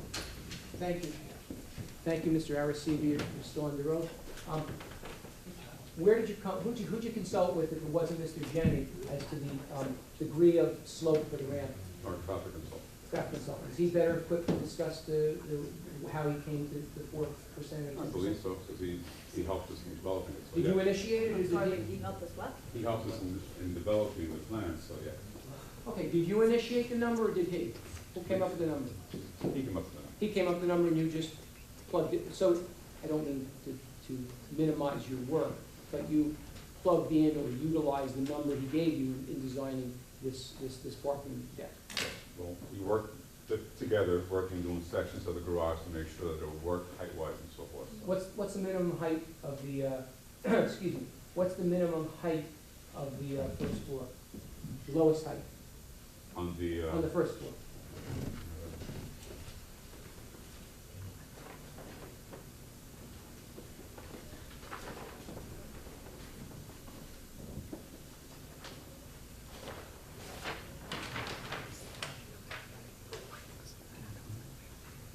$7'8". 7'8". Yes. What's the height of a van? Well, that's down in the basement. The vans go upstairs, so we have more than enough height from the ground floor to the vans. That's where they go in. Oh, so if you own a van, a minivan, okay, because you have 2 children, and you sometimes do carpooling, when you come to this building, you can't get a space on the first floor because you can't fit a van in there. Well, you'd be assigned space. Right, but the universe of spaces available to you if you drove a van would not include the first floor. Well, I would probably have him answer that question, because I'm sure there's vans that are under 7'8" that you could probably park. You know the height of an SUV? Again, I would rather have him answer that question. Okay, is that specifically something that you designed in terms of coming up to the 7'8" height? The heights were designed in conjunction. We worked together The heights were designed what? in conjunction. Well, tell me in your words what you mean by in conjunction. How did it work as a collaborative effort? How did it work? We came up with the concept, we sat down together, make sure the numbers worked and the heights worked. Okay. Did you suggest the height, or did he suggest the height? We worked on, and that's basically the height that it was determined we could have in order to accommodate the parking that we need.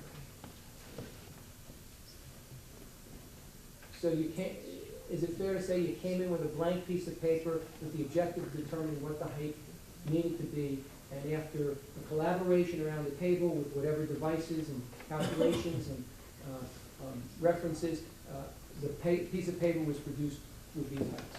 between you and and the traffic person. It's fair to say we designed the parking to maximize the parking, make sure that it would work, and we worked in conjunction to make sure that it ended up, it was going to be a safe parking structure that would have ample ability to be able to drive in and out, and yes, we actually developed it together. Okay. With respect to your work on the parking, okay, what, if any reference, did you or did a colleague of yours in your firm work on the design of the parking structure? People in my firm worked on it, I worked on it, so a lot of people worked on it. What, if any, reference material strength? How many parking structures prior to this one have you designed? Parking structures in buildings like this, numerous. Where else? West New York. Where in West New York? Numerous other projects. If you'd like, I'll give you a list. Yeah, I want to. Mr. Chairman, I'm just gonna object, on the grounds of being repetitive. We went through this whole line of questioning the first time around, the last time around. All right, We have questions in terms of the slope. if you really require it before the next meeting, just give Ms. Varela a list of, the places where you develop parking lots That's great. Okay, we'll move past it. in West New York. Yep, that's all. We'll move right along. Well, Mr. Chairman, he was called back for a limited purpose of determining who provided him the information to determine the slopes. That's what I'm asking. The question, You got the answer in conjunction with no, as Mr. I Bergman. understand it, he was called back to the question regarding the ramps. Because, Mr. Jennings, No, to determine who gave him the information in order to draw the ramps. Well, if he Because it can't- wasn't Mr. Jenny, and then it turned out it was Mr. Bergway. So that's the answer to the if question. he can't answer the questions because he didn't do something or doesn't know, that should be his answer. But the flavor I got from Mr. Jennings' testimony is that he really had no knowledge regarding the ramps, and that possibly the architect did it. That's correct, And that's where we are. and Mr. Cantowitz says, I need to recall Mr. Arcivis so I could find out who gave me the information. Okay. He told me it was Mr. Bergway. Last meeting, we went around all three levels of parking ad nauseum, okay? And then we realized that, you know, Nobody- the slope's the wrong way. No, He got his Mr. information. Alonso, nobody vomited. Put it in my mouth. Mr. Cantowitz, I'll be fast. I, better, please. The college will take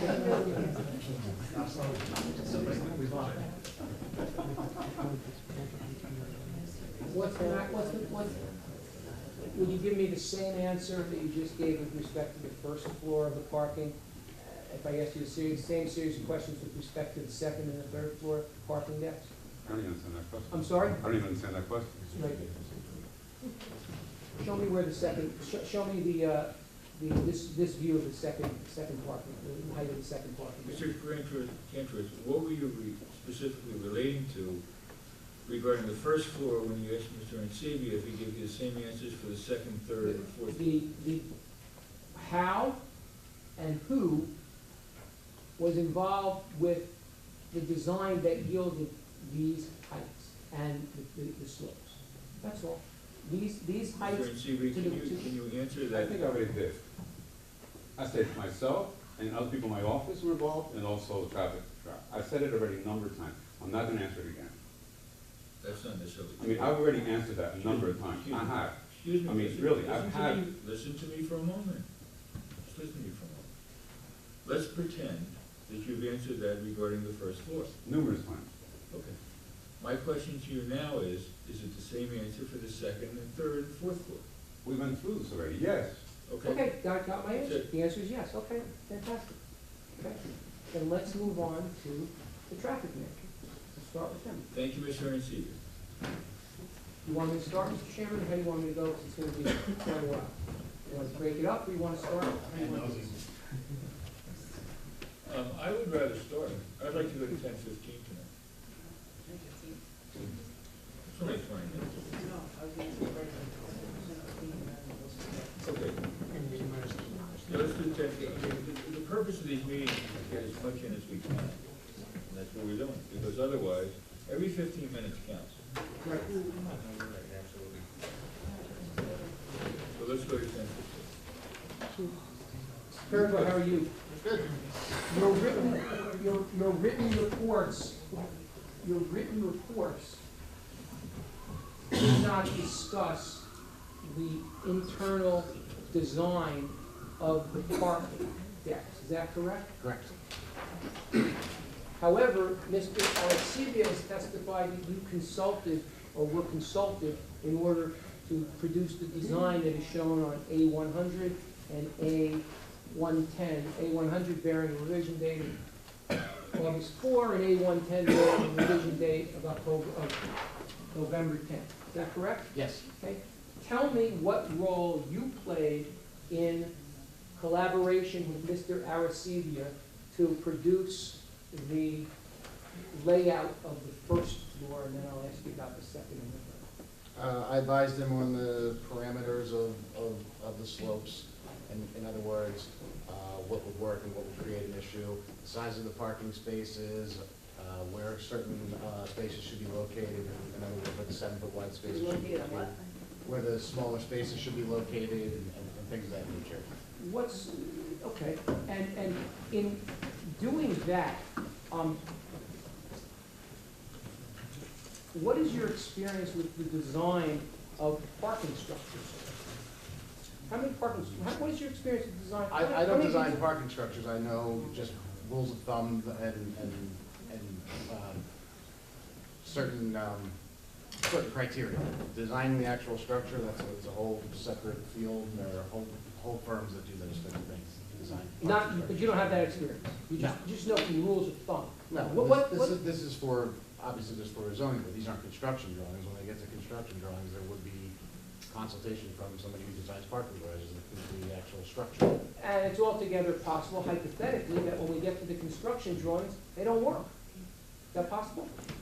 Anything's possible, but we obviously designed it such that it should work. Okay, and I'm going to ask you again. You said you kind of know from rules of thumb. Exactly what rules of thumb are you referring to when you offered advice to Mr. Arcivia? Specifically? Yeah, specifically what? In terms of these slopes, when you have a change in slope, if it's greater than 8%, you want to have a 10-foot transition to keep a vehicle from bottoming out. Obviously, the way the heights that he needs to get to are based on the grade below and the building design. So how do I get from point A to point B? Those are the parameters that I provided for him. Okay, and where do you, on what source do you base your statement that if you have a grade of greater than 8%, you have to have a transition area of at least 10-foot length to avoid bottoming out? Where does that come from? That's always been something that I've known. If I had to, I think it's from the traffic engineering handbook from the ITE, but honestly, it's always something that I've known and always advice that I've given, just I've learned over the years. Okay, but you don't, as you said, you don't design parking structures. You didn't design it. No, in terms of the structure, the columns and things like that, no, of course not. You can look at the layout of the parking, you can vehicles circulate through there, and will it work for vehicles? Yes. When it comes to the actual design of the loading of the walls, that's something that I do. But you believe, your expertise, you're telling this board, even though you don't design parking structures, is that this depiction of width of aisle, length of aisle, and slope, changing slope, will work. Will work for the specific use that we proposed, When yes. you say this depiction, you're relating. I'm sorry, I'm You're putting relating A100. A100. And the same is true for A110 showing the other two levels. Yes. Okay, now, on what basis, on what authority do you rely to permit a 2% ramp for the handicap spaces? He testified, if I'm correct, reading it, that these 3 handicap spaces on A100 are sloped, correct? Yeah, it's my understanding that they can be 1 or 2% slope. Based on what? I think the ADA says that the maximum slope is 2%. I'm sorry, the ADA? What's the ADA? Americans with Disabilities Act, but I'm not certain of that, but that's what my understanding is. Okay.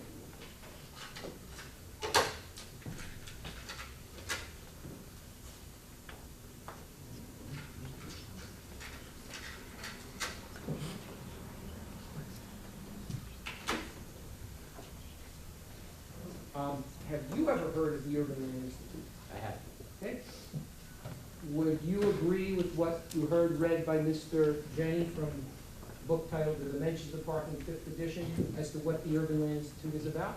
Sure. In the course of your practice, do you refer to reference material, pamphlets, lithographs, or other newsletters or other such resources provided by the Urban Land Institute? I do. I have that exact book you have. You have this book on your shelf? I do. Oh, I have- did you? I have it with me right here. Great. Did you refer to it? Oh, you had, then let's go. Turn the page. Okay, so hold up. Mr. McDonough's reading it. Okay, good. Now, before we start, this reference is used as guidance. These aren't rules, this isn't law, it won't work if you don't go by this. Just guidance, right? Just guidance by 32,000 professionals across the United States, right? Yeah. Just guidance since, an institute that's been around since 1936. Just guidance because it's on your Jack, you shelf. can argue it now, just ask me a I'm just question. asking, I want to make sure we know what it's for. Let's go on. Okay. In the beginning of the book, how long has this book been on your shelf? Since the 5th edition came out, the 4th edition was like Okay, before. good, okay. Did you refer to it during the course of your work on this particular project? Possibly, I don't remember specifically, but Turn to page III, the introduction, please. I probably didn't refer to that. This talks about the National Parking Association, correct? Mm-hmm. You ever heard of the National Parking Association? Sure. What are they? What is it? Do you want me to read the Sure, paragraph? go ahead. The National Parking Association is an international network of companies representing thousands of parking industry professionals. It represents private operators, parking consultants, colleges and universities, airports, municipalities, parking authorities, hospital and medical centers, developers, and others, along with industry vendors. Industry. Vendors. Okay, continue. What's its mission? Oh, sorry.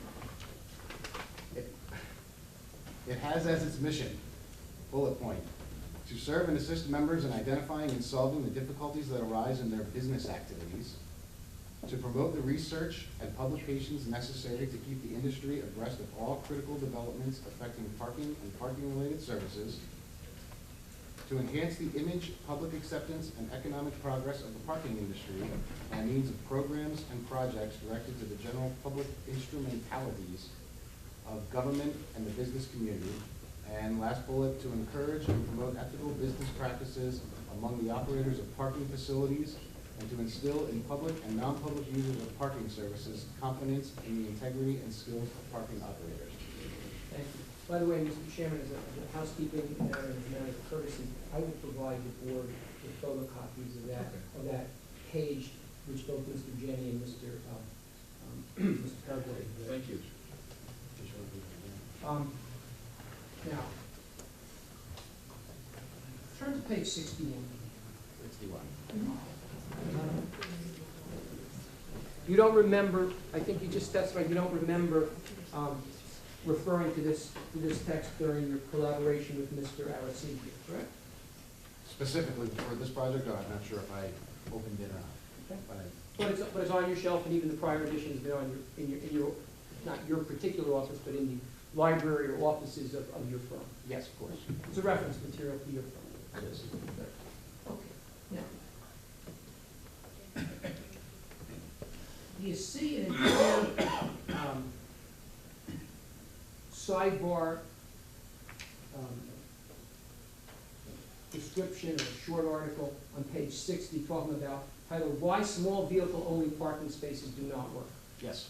And that doesn't apply to our project, it specifically says in the last paragraph. It specifically says in the last paragraph what? It says that small vehicle only spaces do not work, and at the end it says, unless a facility is policed to prevent the drivers of large vehicles. Whoa, where are you reading? Unless a what? A facility is policed to prevent the drivers of large vehicles from using small vehicle spaces and vice versa.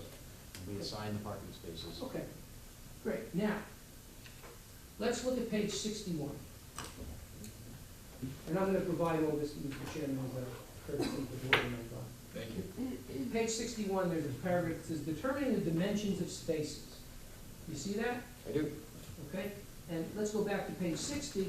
This article speaks about what should be used as the design for the vehicle size vehicle that they're using, correct? You see that paragraph that says to help determine the design vehicle?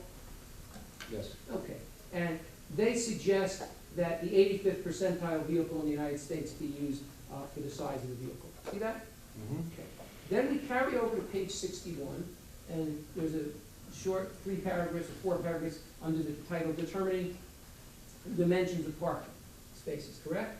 Yes. And on the top of that, there's a figure 7.2 that talks about recommended minimum widths for parking stalls, correct? Yes. Okay.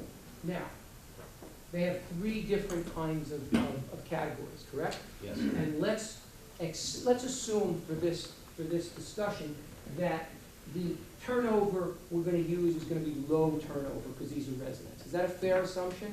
Yes. Okay. And that turnover is different from lower moderate turnover or moderate or high, which would be at a retail place or something like that, right? Yes. So we agree that for purposes of this discussion, we'll use the low turnover because that would be something that you would apply to a building such as the proposed Meridian Boulevard, correct? That's the closest definition that this publication offers. Okay, good. Now, what is the size that is recommended in feet for the width of a low turnover space by this publication? 8'3" to 8'6". Okay, great. And I know that's for employees and students. It's not for assigned residential parking, which is why I said that's the closest that this publication has. Okay, good. And what is the, are there other exceptions that they provide for in their text? Are you aware? Other exceptions? Yeah, such as assigned vehicle parking. No. This table only has employees and students as the example from low turnover. It doesn't have assigned residential parking. Okay. And how about length of the parking space? Let's look at the last paragraph under the paragraph determining the dimensions of parking spaces. Do you see the paragraph that begins unlike width? You see that last paragraph?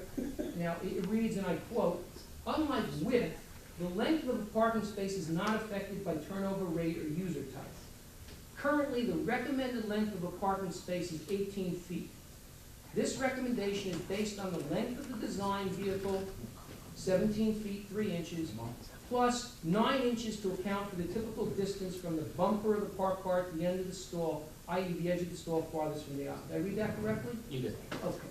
So it recommends an 18-foot long parking space using the design vehicle, correct? Yes, as a national recommendation. Yes. Is there a single space in your design, putting aside the handicap? Excuse me for a moment. You know that's going to come back to bite you. You understand that?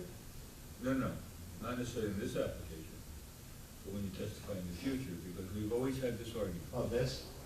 No, we've always had this argument. You went from national, distinguishing from Hudson. I always go from state, distinguishing from West New York, if you recall. Yes. Please continue. Sure. How many parking spaces in this design contain a space that's 18 foot? In the 3 levels? Excluding handicap spaces. I was going to say the handicap spaces. Excluding the handicap spaces, how many spaces are 18 feet long? No, there's 17 feet is our typical space. I'm sorry, what? 17 feet is the typical one. So your answer is 0. Is that correct? We have 16 by 18 It's not- spaces. I'm not sure which, I assume they're all handicaps. I have to take a look. Well, take a look and give me an answer, please.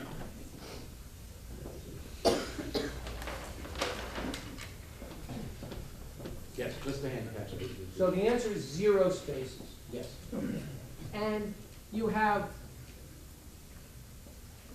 a number of spaces that's self-evident from the plan that are 15 feet in length, correct?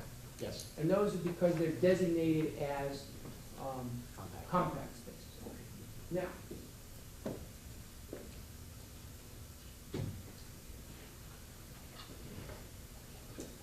the paragraph you just read said that the recommended length of the space is based on the length of the design vehicle being 17 feet 3 inches, correct? Yes. And that 17 feet 3 inches is based on the 85th percentile that was referred to on page 60, the page before, which is what the Parking Consultants Council has determined to use as the standard for parking, for vehicle limits. 85th percentile based on the vehicle population of the country, the United States. Yeah, yeah.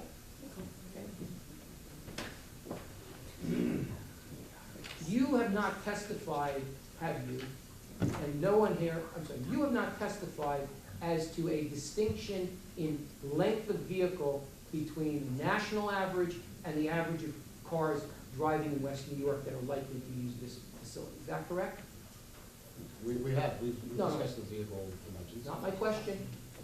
Has there been testimony that the average length of a vehicle parking or expected to park and use this facility differs from a national average of the 85th percentile?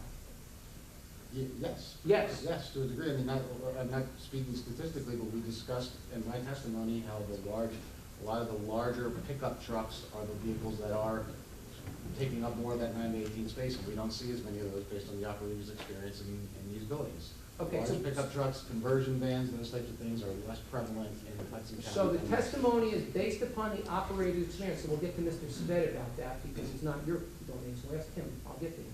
But your testimony is based upon the operator's experience, okay? The users of this facility differ qualitatively in length size from a national determination by the Parking Consultants Council. And that's presented by the ULI and the National Parking Association. Yes. Fine, okay, good, good. Just for reference, the 85th percentile was 17 feet 3 inches. Now, Mr.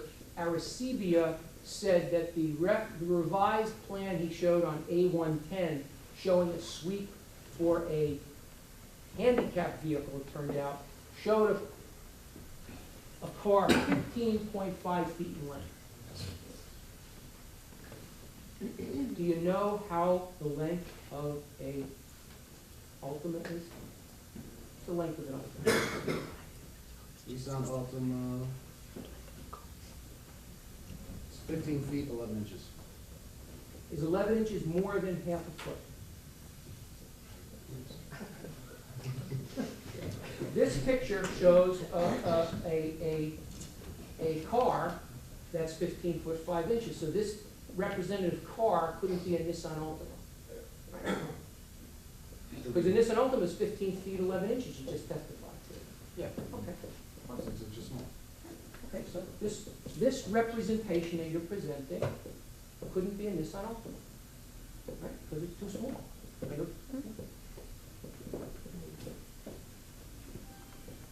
Mr. Chairman, I'm looking at the clock. It's 10:14. You're in a good place? I am. I mean, I have more, but if I go more, we're going to carry on quite All right, beyond. all right, we will call the hearing. We will call the hearing at this point, and we will adjourn it to a continuation of Mr. Kantowicz's questioning of Mr. Perigord. The next one.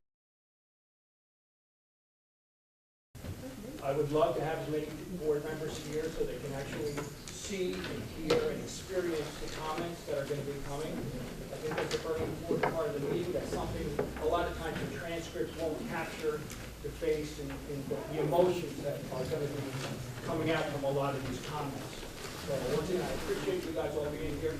And if we can encourage all board members to start to be here for the next couple of meetings.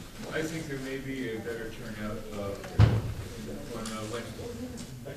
Thank you for your comment. Mr. Chairman, just in one point, just in support of knowledge, Mr. Dunn has been here at the meeting. He's indicated he's not available at the next meeting. Mr. Perigord obviously will be here. Dr. Zudia says Mr. Perigord. Well, there's continuation of Mr. Perigord. There'll be questions with Mr. Sved. I'm sorry, did I pronounce your name? Sweat. Sweat, I'm sorry. Well, Mr. so- Sweat, and then I was gonna get on to Mr. McDonough. But he won't be here. I understand that, and the reason I chose that order, Mr. Chairman, is No, no. usually the planner comes last after he hears all the other. So if necessary, we'll have to do him December, you'll be here December first? Yes. So our next special is December first. So let's see what we get, I mean, if we get that done, and the only thing that's left is Mr. McDonough. Because, Mr. Arancini, you're gonna have the remainder of the shadow study by next Wednesday, right? Let me go over this, let me, well, somebody's gonna have to be here to explain, Well, we can present it. right, and answer questions, both. I don't know. Well, somebody will have to be here, Well, because we're having a See hearing. what I can do. Okay, I appreciate it, all right? I mean, we're not gonna stop this hearing because of the League of Municipalities, let's be serious. No one's saying it's the League of Municipalities, if there's other conflicts involved. I mean, my witnesses have been here every single meeting, they've been postponing other hearings, you know, but. Isn't that part of the process? Absolutely. I don't understand. You say it like they should get a gold star. I'm saying it because I think there should be some reasonable accommodations once in a while, because we've been here every single meeting. The fact that Reasonable accommodation is doing a is great that job of these- examining these witnesses, 2 full nights almost for Mr. Arancibia. I mean, that's just how it was. This is a lot less time, I think, than when we presented in the first application. That went for months and months and months. That being said, part of the process is a adequate cross-examination that may be longer than what you would do, or shorter than what you would do. It's not our judgment, unless it gets really carried away and irrelevant, to limit it. And that's where we're going. At this point in time, I would certainly hope that we can get done with the remainder of the shadow study, Mr. Perigord and Mr. Sved, next Wednesday. Then the only thing we'll have left at that point, I would hope, would be Mr. McDonough, which would be January December 1st. Then we're gonna have, I guess, the comments by the, I don't expect we're gonna have any comments by the public before December 1st. If anybody's interested, I don't expect that. I'm just trying to be courteous, bring it to the board's attention, and have witnesses who have conflicts and availability issues, just so that you're aware. I mean, sometimes there's certain things you just can't control. Well, the other half of the coin is, I think there was advance notice given within I don't want to say plenty of time, but a reasonable time as to what the schedule of special meetings would be. I understand. I understand. We're ready to proceed. All right, yes, ma'am. Can I just make a small comment? Quickly, yes. Okay. If this building is Come up here so I can hear you. if this building is being built, it will affect us for the rest of our lives. Yes. Okay? So, So if it takes Mr. Kentowitz another year to question the expert, so be it. I'm not sure that the board feels the same way. Excuse me, that's no criticism of your comment. No, It's just a matter of, if this hearing takes another year, it will probably just not be in anybody's best interest. but you understand, I mean, how Of course I serious do. this is, right? Of course we do. Because this But may that's why affect we're us for having the this- rest of our lives. But that's why we're having this hearing, and we're taking the process. I'm sorry. Okay, on that note, I will, yes, ma'am. Quick question. When the public comment, are you going to limit the time for public members to speak? We'll As long see. as it's not Well, crazy. first of all, there's going to be no second chances. Okay, that's all right. This is not like a I thought of a question. No, It's I not that. have it on the page. Okay, but number two, what would you think would be a reasonable amount of time for somebody to make comment? I would say at the most 15 minutes. We'll see. More than that. Oh, I'm not sure, 15 minutes is a long We'll take a time. year. Okay, some people can talk and talk and talk, I know that. People are very relevant. Let's see how it goes. Yeah, but that's thrown out. Let's see how it goes. I mean, Mr. Kellerman, you know me better than that. If I think it's getting carried away, I'll put a limitation on it, okay? Otherwise, let's see how it goes. Mr. Chairman, one housekeeping issue. Sure. Given what you just said, I don't think we're going to reach my planner at the meeting because you're gonna have. Of course not. Okay. Because you're not gonna be going, Mr. McDonough. I just wanna be sure, because he's not there, for That's whatever correct. reason, we finish early, Mr. McDonough won't, because I need you to get before. That's Thank you. correct. And just one other housekeeping, I wanna thank Mr. Morris for his assistance. That will get, absolutely get you nowhere. No, no, no. I will entertain a motion to adjourn.